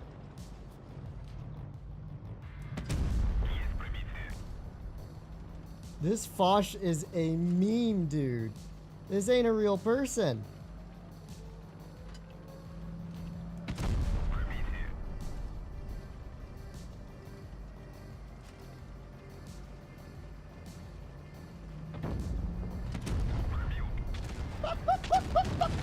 What is this Foch? Oh my gosh. Meanwhile, this Foch is tunneling his entire life savings onto this. To do what? To do what, dude? To do 50 damage in the end? Bruh. Anyways, meanwhile, my 36% of ally does 0 damage. My other 46% of ally does 0 damage. My E100, 46% ally does 1 shot. 100,000 battle standard B doing 3 shots before throwing his tank away. Hori, 3 shots. And TVP's the only one that actually tried there. Yo, I gotta give him the M, guys. Because he just showed you guys a masterclass on how to waste 2 minutes chasing a heavy take around to do half a shot of damage to him. This dude could have farmed 3,000 damage easily that game if he had just paid attention to anything else. Instead, he wasted all of that time chasing me around Narnia, getting tracked twice, and not even reaping the reward. And by the way, I let him get that last shot of damage in there because I knew I was going to be dead regardless. So I just stopped running around. I was like, okay, at this point, my whole team's dead. There's no need for me to run around. This is the only reason I could have kept out running that dude if I wanted to, but I would have still died to the 57 in the end. So, another just diabolically terrible team. Like, this is the teams I've been getting all month where it's like, no matter what tank I'm in, no matter what I do, it's like straight up impossible to win half of these games because you have like 36%ers on every single game doing 0 damage on my teammates. It's like, I don't think I've ever seen as many 36%ers in tier 10 as I have in the last 6 months of this game. I mean, I've been seeing platoons of 36, and I don't know what's magical, but their win rate is always 36 or 37%. Exactly. Like, it's never like 39 or 35. It's always 36 to 37. And I've just been running into so many of those bots lately. It's kind of annoying, to say the least, to be honest. And that was not a very smart play by me. To be honest, I'm not even paying attention anymore. So wait, you're just telling me their whole team is just going to sit back here sniping, basically. Okay. I don't know why their whole team went town. That doesn't seem very smart to me, but you do you, queens. You do you. Quick shell into this dude. I only need half HP to really do well over here. I have my whole team in town. I'm not too worried. If they push in, it's going to be their loss, basically, at this point. Quick shell into this man's. Okay, that's the second time I've rolled sub 400 in this gun. 420 alpha damage. Sure. Yeah. Definitely 420 alpha damage. There we go. 455. Like, can we stop rolling sub 400, please? I kind of want to have my DPM go burr, basically, at this point. Super Conquer tracks are insane. Although the dude is literally throwing his tank away for free at this point. This dude is actually wasting his time shooting APCR at me. 422, there we go. I think the Yag has many shots on Mr. Jaeger over here. Oh, Mr. IS-7. You're so kindly obliged to the damage farming fund. Oh, okay, never mind. Never mind. I'm getting blocked by my Hori here. Giga Chad Hori, by the way. Dude just totally sent it in like an absolute mouse. Straight up sent it, dude. Send it. Quick challenge with this dude. Got him, Hori. I have faith in you, brother. Okay, I know that this STRV is going back, so let's not get free farmed by him. Nice. He's in a good hold on spot, so there's really no point in me. Oh, even staying over here, come to think of it. Here's what we're gonna do instead. T22. He is clanless. He has a weird wacky name. He's probably not the best. I wanted to farm him out, basically. Basically what I was trying to say is I'm gonna farm him out because he doesn't look that dangerous. But I think the 183 took that for granted and farmed him out instead. Okay, you know what? You're wasting my time. If I want to farm out some damage before this game is over. Oh, come on. Yeah, of course he traverses in for me there. Ay.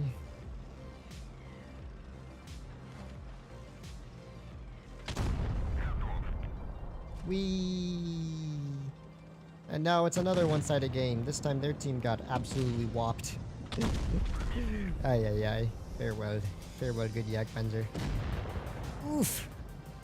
Guys, we want to watch you play tank you actually enjoy. What do you mean, Nick Parker? I do enjoy the 260. What you smoking, buddy? That's the whole reason that I'm still playing the 260 after 3 hours of gameplay is because I actually do enjoy this tank quite a bit. It's a little underpowered, that's true. But, I mean, it doesn't matter what tank I was playing for those last several games. The fact of the matter is those teams were just terrible. Like, there's nothing you can even do about that. When everyone's just throwing their tanks away for free. It's that time on a weekend, sync control mode off, streaming. It's just like, yeah, I'm not going to win very much, basically. The story I've seen in 9 years plus. What is the first time you've seen in 9 years plus? 260, too much skill for me. I get it. It seems like a lot of players actually don't own this tank. So I would say, oh my gosh, where are you going? Yeah, just run into everyone, dude. Instead of pausing for like 1 second to let us push past you before cutting across, the dude just stops both me and the 100 unnecessarily. Whatever happened to Blitz manners, dude? We used to have such nice manners in Blitz where players would like try and respect other people's driving habits and things. Oh my gosh. Wait, where's my whole team? Oh, I get it. They're all sitting in Narnia. That's cool. Anyways, Mr. E6. When push comes to shove. Oh my, what is that? Hello? What even is this pigginess? What is this pigginess? No, you're not getting any. Oh my gosh. I'm just straight up getting YOLO'd here, aren't I? By a bunch of Pepega heavy tanks at this point.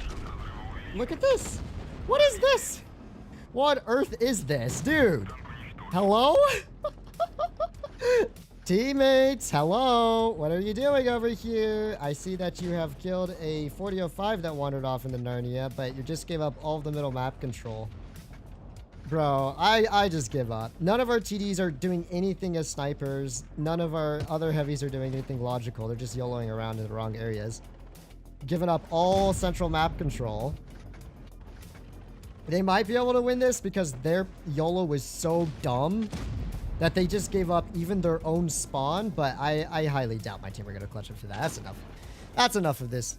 That's enough of this brain dead gameplay for me. I can't even be bothered with these people. These literal NPCs. I'm going to go ruin someone's day to 183 and then call quits for the night. Basically, that's the plan. It's not even like the 260 did anything wrong there. I'm just surprised they were able to get away with that push without getting absolutely nuked. I mean, we had 2 tank destroyers looking down that alley. We had an E100 looking down that alley. How did their players not just get absolutely destroyed YOLOing in like that? I don't get it. Such a terrible bot show. I know. How did your play not get fried playing Blitz for 5 hours? Because I played Blitz for 12 hours and my brain didn't get fried somehow. After that, it's impossible to fry your brain with playing Blitz. Okay, so is my team just... You know what? I'm just going to wander off the town by myself. I don't care. I don't even care anymore. Aye. Upper side of Normandy, mid-Normandy Ridge. Dude, mid-Normandy Ridge is so powerful. I don't know why my whole team is just like, let's just all YOLO heavy side and give up the most powerful position on the map. Like, yeah. Real smart, guys. Real smart. Meanwhile, their team is just like, oh yeah, we're just all going to YOLO in because who knows what those 3 tank destroyers are doing, but obviously not cover firing. Okay, is their team not even going caves? I'm a little nervous now that I'm going to get yelled over here. No, they are going caves. Good. That's what I was waiting for. Yeah. These players are making me mauled. Mostly because of just how diabolically terrible they are. I believe. We've damaged them. Ooh. I wasn't even aiming for that dude. But I'll take it. The shot went really far left and the grill took one for the team. Yeah. That had to feel absolutely fantastic, didn't it? Mr. Grill 15. Anyways, I guess we're just free flanking at this point, because you know what? Who cares about a sniping 183 when you can free flank in your 183, guys? This is the big brain plays, okay? Do not underestimate the power of flanking 183. Oh gosh, I just want to ruin people's days. Basically, that's my whole intent, my whole goal right now in life, is to ruin someone's day. For instance, Mr. Leo. Okay, if I could stop rolling sub 1300 with my Hesh, that'd be nice. Yeah, please YOLO in on me, Grill. Let's see how this goes for you. Oh, yes. Oh, yes. Let's see how that goes for you, Mr. Grill. Oh, yes. 1300 to the face, basically. And this Leo's dead as well. Kill him! Oh, my gosh. What's good, Fatness? Hey, what's up? Sorry, I can't really see too much right now. I'm focusing a little bit on not dying right at the moment. Thank you very much for the donation. Welcome to the jungle. What's good? Terrible teams. Like, beyond terrible to the point where I can't even be bothered. That's why I'm playing myself at 183 right now. Just for the memes. Okay, let's just hope he pulls in from the right side, because that's the side I'm pre-aiming for. I had fun in town, though. That was fun. I don't know what the Leo was doing in spawn.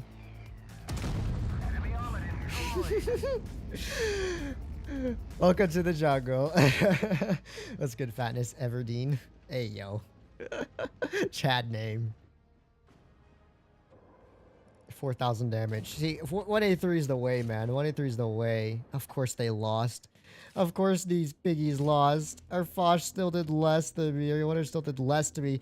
Our Object 777 not even doing more damage than me, really. The bad shot did really well. I got 6.6k. Of course, he was farming a bunch of bots that decided to YOLO topside and give up all map control, so that's not a huge surprise.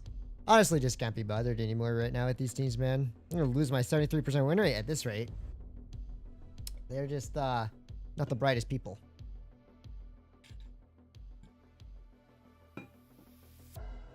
I'm very mildly busy with Arc Knights. Sounds nice. Sounds nice. Curious. Imagine playing Arc Knights instead of Blitz. Can't relate.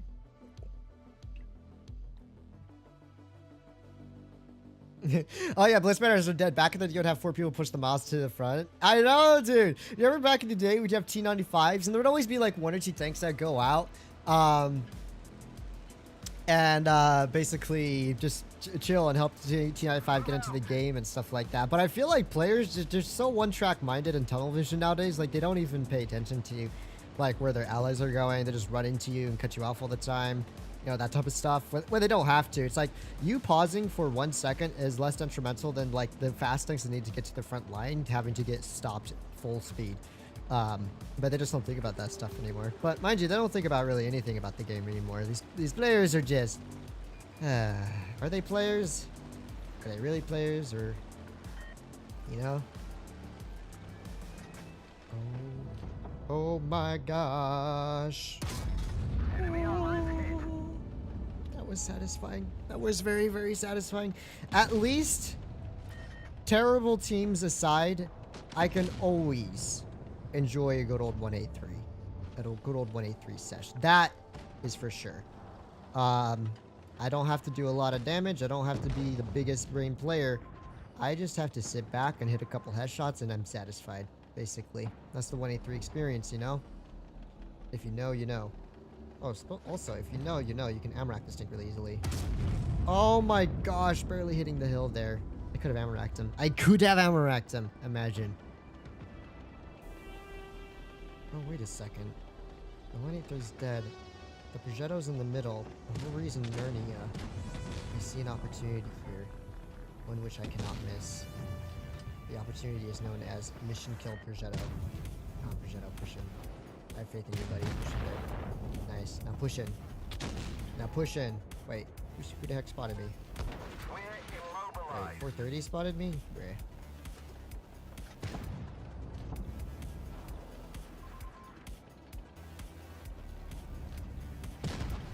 Well, my allies are not very bright. 31 HP, bruh. That's a bruh moment if I've ever seen it. We lost the track. We're stuck here. That's the biggest bruh moment, dude. Oh yes, oh yes. Oh yes. Oh yes. Wait, what? I didn't think that to get space side armor. What? Get that HE aside, or am I tripping?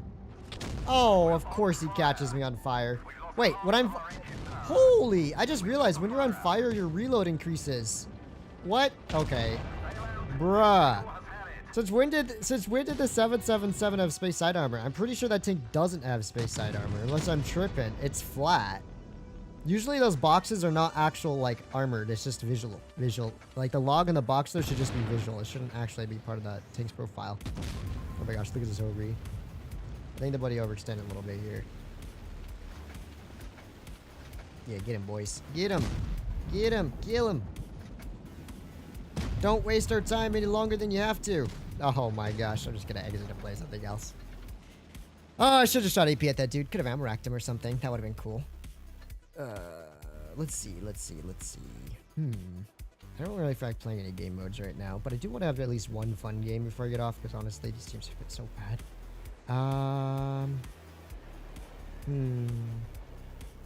You know what? I haven't played the 4005 on stream in a while. Let's give the 45 a whip.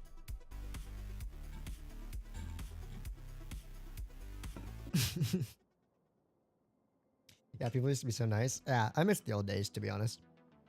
A lot. Like 2016 Blitz was honestly the best. If you weren't there, like seriously playing tier 10 back in 2016, you missed out. You missed out. Those are good days. Back then when teams all got onto TeamSpeak, because this was kind of before Discord was popularized, at least 2015, 2016. Get on TeamSpeak, you hop on TeamSpeak with some of your friends at like close to midnight, and then you'd all do like count-ins in tier 10 and just go around just like just destroying each other. I remember I used to run into that every once in a while. There were way fewer clans back then. Someone got spotted in the mid. Interesting.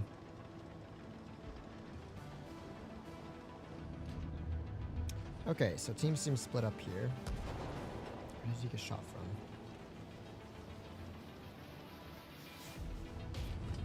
Alright, one shot into the 50B here. 2 shots in the 50B here. 3 shots into the 50B here. 4 shots into the 50B here. Gosh, the 4005 is still stupid, dude. That was almost 1600 damage in a couple of seconds into this poor unsuspecting fool. For your french fries. Sarby, thank you very much for the donation. My french fries very much appreciate it. Alright, 4005. You know what time it is, buddy? It's time to make this IS-7 wish he was never born. That's what time it is.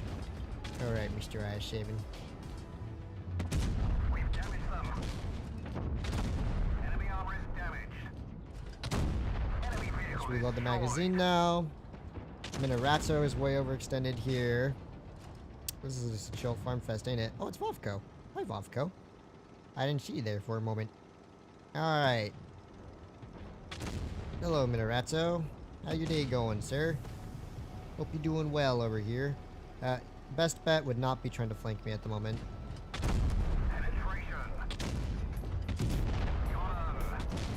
Aw, the girl HE'd me. He's no cool.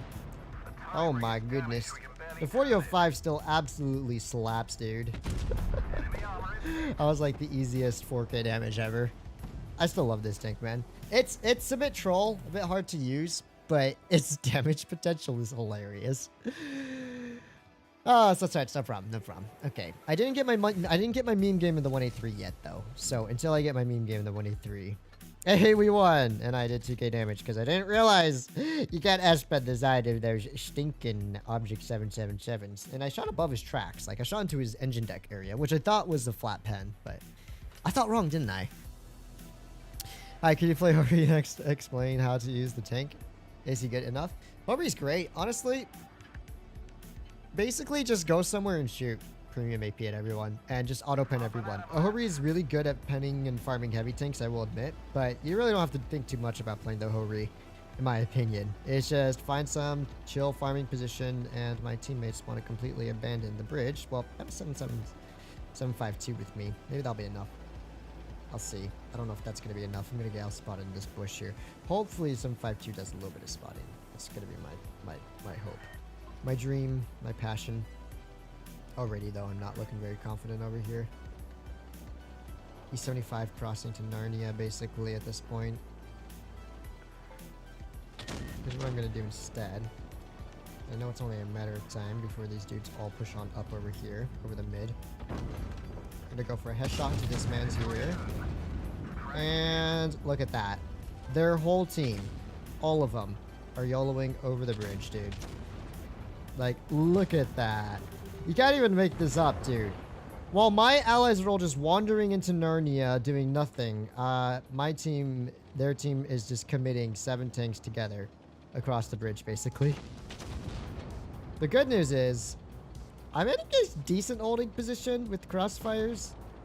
I'm not going to survive very long here, basically. Oh, why would you do that, dude? That made no sense at all. You just threw your tank away, but you also shot me, which was kind of uncool. But also, you threw your tank away, and you didn't even have the alpha to guarantee a kill there. Wait, am I still chilling for now? Am I still big chilling for now, guys? Yo, maybe. This might sound crazy. Maybe we could even flake the 57 and E5 here. Oh my gosh, it's the 57's Boutimus Maximus. Yes! 1380 damage onto him already. Okay, 200 LT, clear him, clear him. I believe in you, buddy. I can't stay here for very long because that Sheridan's going to kill me from behind. I have to believe in this dude's ability to kill the 57 here. Kill him! Kill him! Come on! Come on! You can't sit there forever, buddy. Okay, the crossfires with the Sheridan are going to be real problematic now because he's going to be behind us. Minoratzo can't really stay there either. Nor can our Minoratzo. To be fair, this is basically where I just sit here and die. 1100 damage.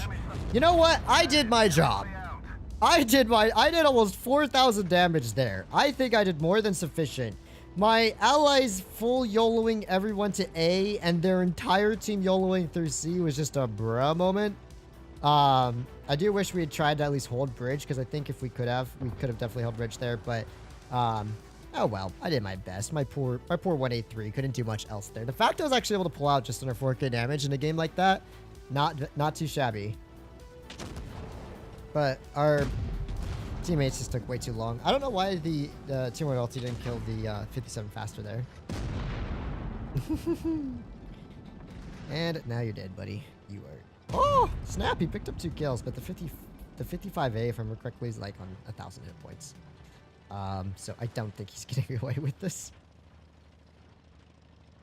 Oh wait, maybe the big debate. I mean, if he were to kill the 55 light, the 54E1, not lightweight. Oops. He could, Oh no, he's full HP. That's not happening. That's not happening. He's just dead.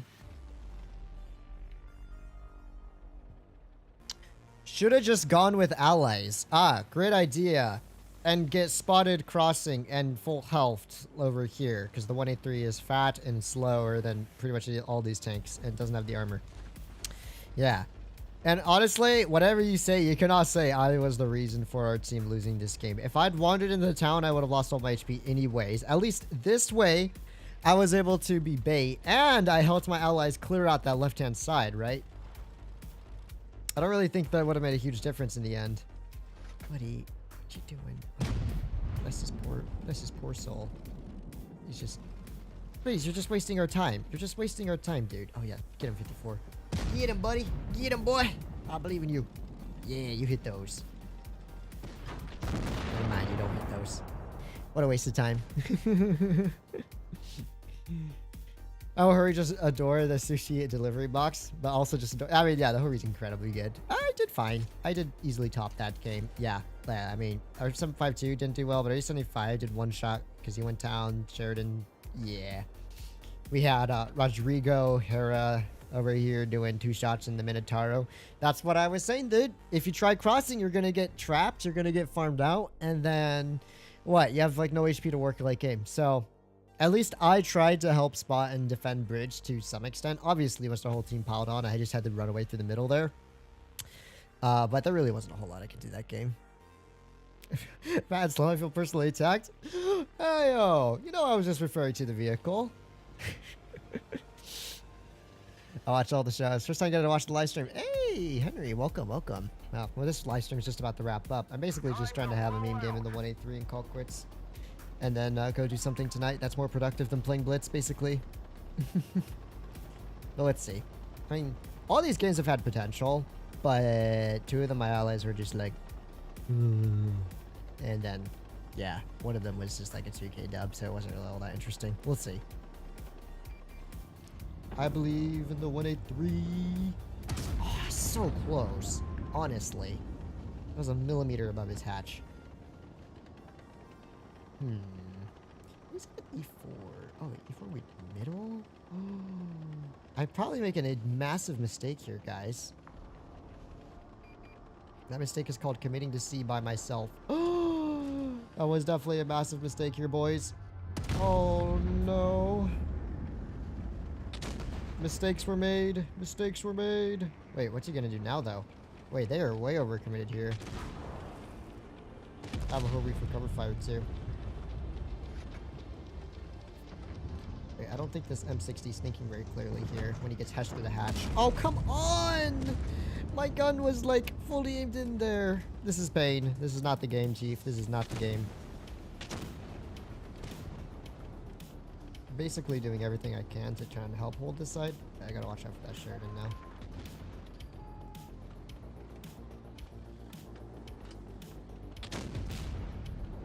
Nice. M60. Please give me the hatch shot, I believe. I think I premed that pretty well. I'm pretty much just wasting my time here keeping the M60 down. Oh my gosh, the Minotauro got just destroyed there. This is not going to be the farm game, dude. What is this? This is just the most terrible scenario to be stuck in here.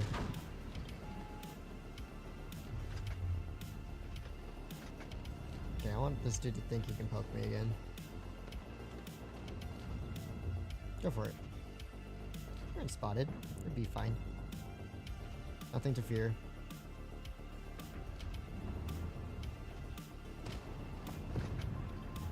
Wow, what a good use of my time. Bro, I can't get with these teams, man. They're all just like YOLOing left, right. Oh, you're dead.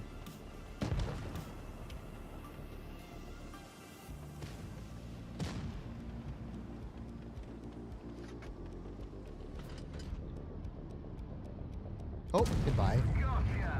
Well, at least we bonked to that dude. So that's like a semi-mission accomplished. Minotauro might die to the 183 here if he's not careful. Yeah, I better not poke that. I'll let the Minotauro take corner, and then I'll just cover him a little bit from back here. Come on, back up a little bit. Come on, back up a little bit here. Just a little bit more, dearie.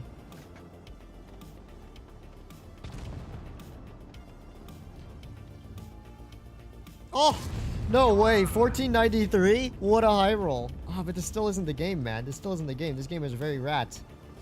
I don't know if I want to end it on that. I mean, at least the shots that I did hit were satisfying, but holy smokes, man. Half of this game, I just sat there staring at an M60 that I couldn't pen for days. Basically. Okay. I have complete faith in the 183's RNG, okay? Who needs to aim? 183's gun is just a different level of build. RO is trash. What are you doing? What do you mean? 2,750 DPM and you want more? Another VK72 buff? Wait, what? Armor's fine. HP and gun need love. What vehicle are you referring to? I don't know what thing you guys are referring to. That was not it. That was not it, Chief. That was not the game. Although, nice end shot. But I'll probably end it after this game regardless. It's getting late and I had plans for tonight. So. How about the VK72 changes? I'm really excited for those, honestly. I think the VK72 is going to become like a German 60 TP without Amarak problems. So that's a plus. I think bigger HP pool is better for the mouse. I think the gun handling buff on the mouse and the DPM buff on the mouse is actually really nice. The one complaint I had about the mouse for the longest time was that its gun absolutely sucked. But now its gun looks good. And with a good looking gun, I think there's a lot that this thing can accomplish now. So we'll see. We will see. Also, purely because it is my dream to just blind shot someone and Amarak them right off the bat, I am going to do a little bit of pegging. No Amarak, feels bad. Still, maybe I hit someone. It's always worth a shot, right? You miss every shot you don't take. Anyways, we are definitely going to go A-side. This is a good map for me, so I'm going to keep my my hopes high that maybe, just maybe for once, I will be able to get the Omega farm game that I am looking for. AM4. Nice, center spawn got mid. I'm in a rat, so might spot up a TD soon. Is the only reason why I might pause here for a moment. I think if there was a TD there, they would have already shot and farmed him. So let's just keep pushing across to the corner. Oh gosh. Oh wait, I'm already spotted from behind. Bruh. Yeah, that's just a bruh moment. That's just a bruh moment. And they have a TD over there. Of course they do. What are my allies doing, by the way? Like, hello, team. Hello. Meds are just gonna ignore the flank completely, basically. Wait. No, stay there, buddy. Stay right there, little one. Yes, thank you. Enemy armor is hit. For contributing to the HRF damage fund. Alright. Well, not a whole lot I can do right now on this HP. This definitely was this game definitely wasn't it so far, Chief.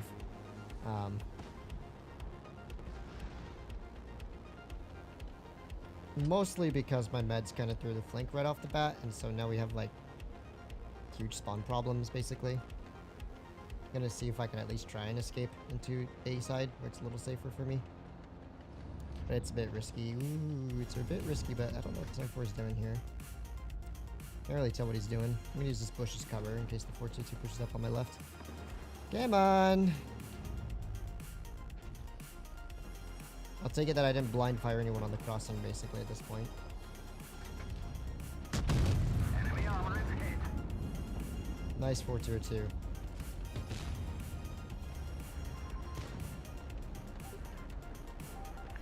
Come on, Kampfpanzer, be a homie. Be a homie and take one for the team. Kampfpanzer, are you blind? Kampfpanzer, situational awareness, hello. But he's running no camouflage in a tier 9 premium. I have very little faith in him. I thought that 422 would get nuked for crossing there, but never mind. I guess my allies just started throwing really hard. Oh well, it could have been a worse game, all things considered. Wait, he missed? No! This isn't the game I wanted to end it on. Ay, ay, ay. Ay, ay, ay. Okay, you know what? If the 183 ain't pulling out, pulling it off, I mean. One tank will. At least this tank will. At least this tank will cook for a game. And then I'll die. Ugh. Sandbags and gun benefit the Moz more than armor buffs would. Yeah, I personally think Wargaming's approach to buffing the mouse this time by giving it more HP and a better, more usable gun was actually probably a good thing. Okay, Tim, please go see. I personally thought it was a good thing. All right, time for an E4 to cook. Let's go E4. Do not shame me now. Cook for one game. Does Moz need more alpha? Nah, I think 460 alpha is fine on the mouse. I personally think it's fine. If they give it more alpha, they give it a worse handling gun, and I think they probably just fixed the gun, so I'm hoping that they don't do that. Okay, we'll go seaside and go hold down in the middle. That's fine. That'll work with me. Let's see, their team's pretty split up. They have 183 wandering into town as well. Maybe I wasted my time going all the way over here. Not really sure, to be honest. This Leo is already dead, though. That's what I do know. Especially when that standard B just decides to full YOLO him, which is 2 seconds away, basically.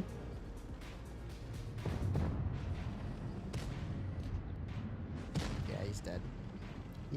He's a goner, that's for sure. Oh wait, pull up a little more? No, not quite. Alright, we'll farm the mid. That's where I actually really wanted to farm in my E4, so that's where I'm gonna go. Alright, quick snapshot. Lovely.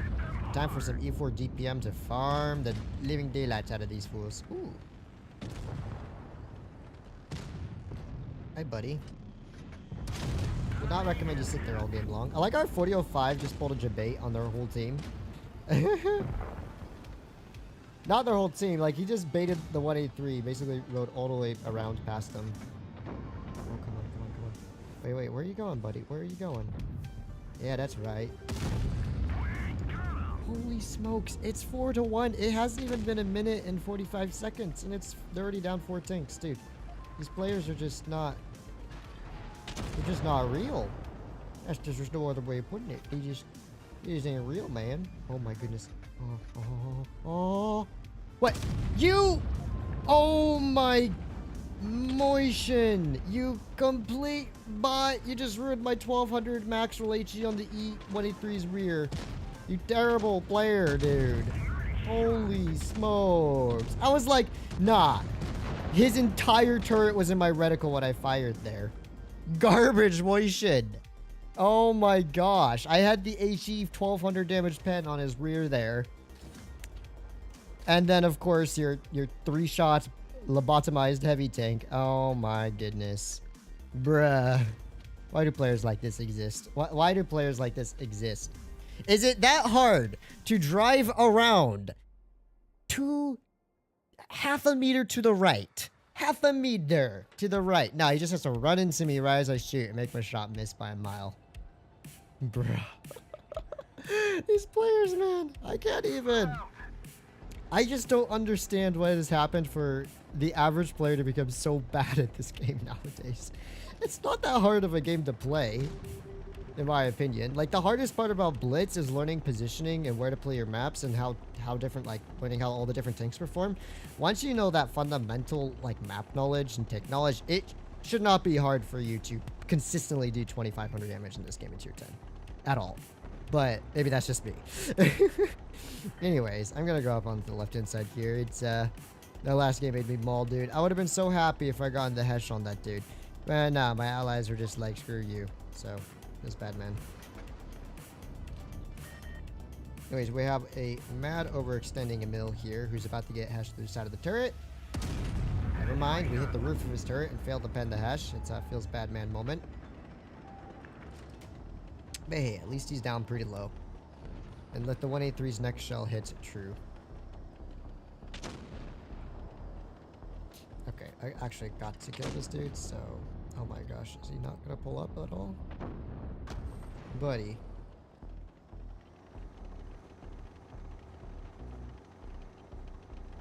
Okay, nice. Keep him down. Oh my goodness.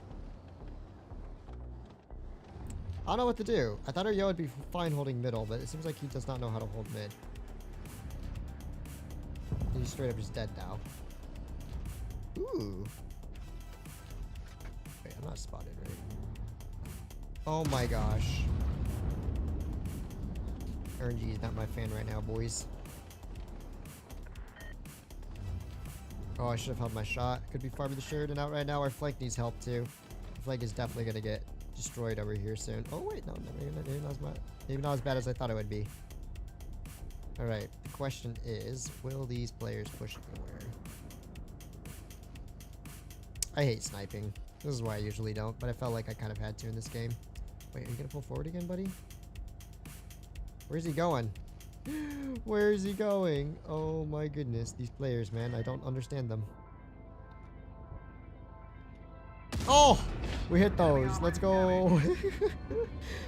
I am at least being semi-useful here. Ay, ay, ay.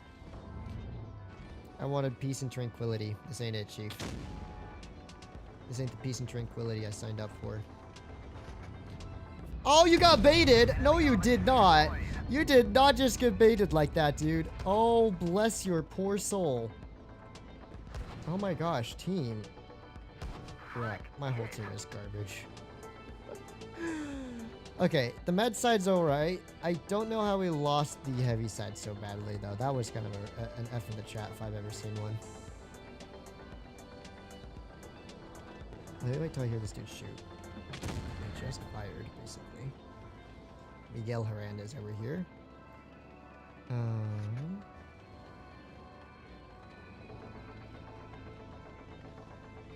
E4 is doing the big debate, basically. However, this 113 would like to receive a headshot before the game is over. I've had enough of this map, dude. I've actually had enough of this map.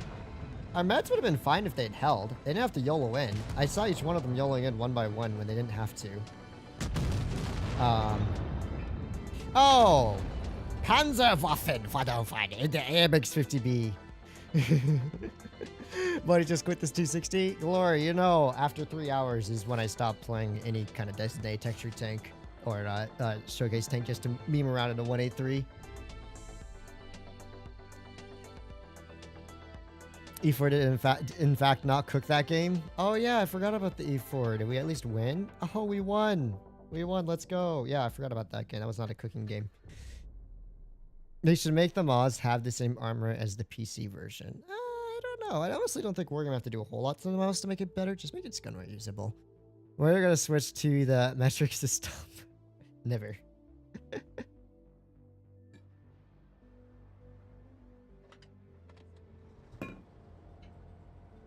Rip damage. Lol. Not the 1A3. We still pull out 4K. That game had a lot of potential, though. I mean, if we should have hash penned the side of the Amil's turret. He should have died faster. That poor Badger just got baited so hard there.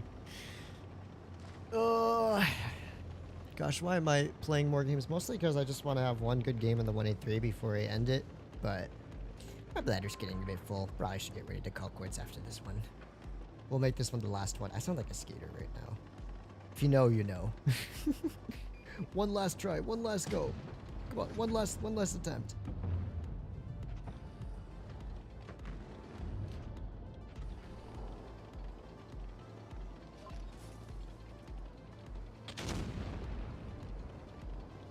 Wait, what? Why are you just pulling all the way into the open, buddy? You cannot be serious right now.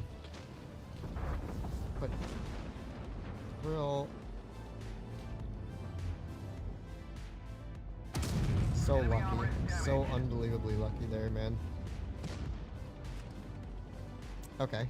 He pokes out completely sideways, showing his whole lower plate. He goes into the one little corner. Because of course he does. Okay, I think that ground fencer's just trying to crossfires out from back there as well. Oh my goodness. Don't even tempt me like that, buddy. Mr. T-124 over here. We're getting flanked though, buddy. Buddy, we are getting legitimately flanked here. We can't just sit around all game. Maybe I shouldn't have pushed in. I think mistakes were made, guys. I think mistakes were made. He got gold feet. He thinks I'm loaded. He thinks I'm loaded. That was my whole reason of pushing up there like that. Was purely to basically scare him away from clipping out my allies. Oh, what? You got cold feet again. Dude, this dude is just certified a cold foot Andy over here. Oh my gosh, no, not the projectile. Come on, come on, come on. Aw, I didn't think the projectile was gonna push in there. Hello, teammates. Oh my gosh, we have an I7 in spawn. We have this projectile just like, I don't know. It's TVP and projectile all sitting in spawn. Everyone's sitting in spawn? Hello? I mean, I should never have pushed into encounter. To be fair, I didn't think the whole team would just be able to YOLO into our spawn for free and past it. I should have just kept pre-aiming at the rear there. I was trying to keep the TVP down. Ay, that's way too much. That's way too much Blitz for today. I don't think I even have any good replays to play. No, I do not. Do I? I have some replays, but nothing worth it. Okay, well, that was a fun stream all the same. Terrible garbage teams, to be fair. Absolutely atrocious. I would rather just call them NPCs than actual living creatures, but they are indeed, unfortunately. Maybe they're bots, I don't know. Ugh, but yeah, thanks for dropping by, and I hope you guys enjoyed the 3 hours of 260 action. We still did pretty good, all things considered. Once the weekend teams did fully kick in, it got kind of just meh. But it's a good thing, and we'll just keep an eye out for Thursday on Wargaming's official Discord server when they hopefully buff the tank before you consider purchasing it. I think it should still be in a shop, so I recommend holding off until now. And if Wargaming nerf it and make it look terrible, then just don't buy it and just play the E6 instead. Basically, that's the the summary of the 260 stuff. So I'll see you guys later. Thanks for dropping by. Take care and peace.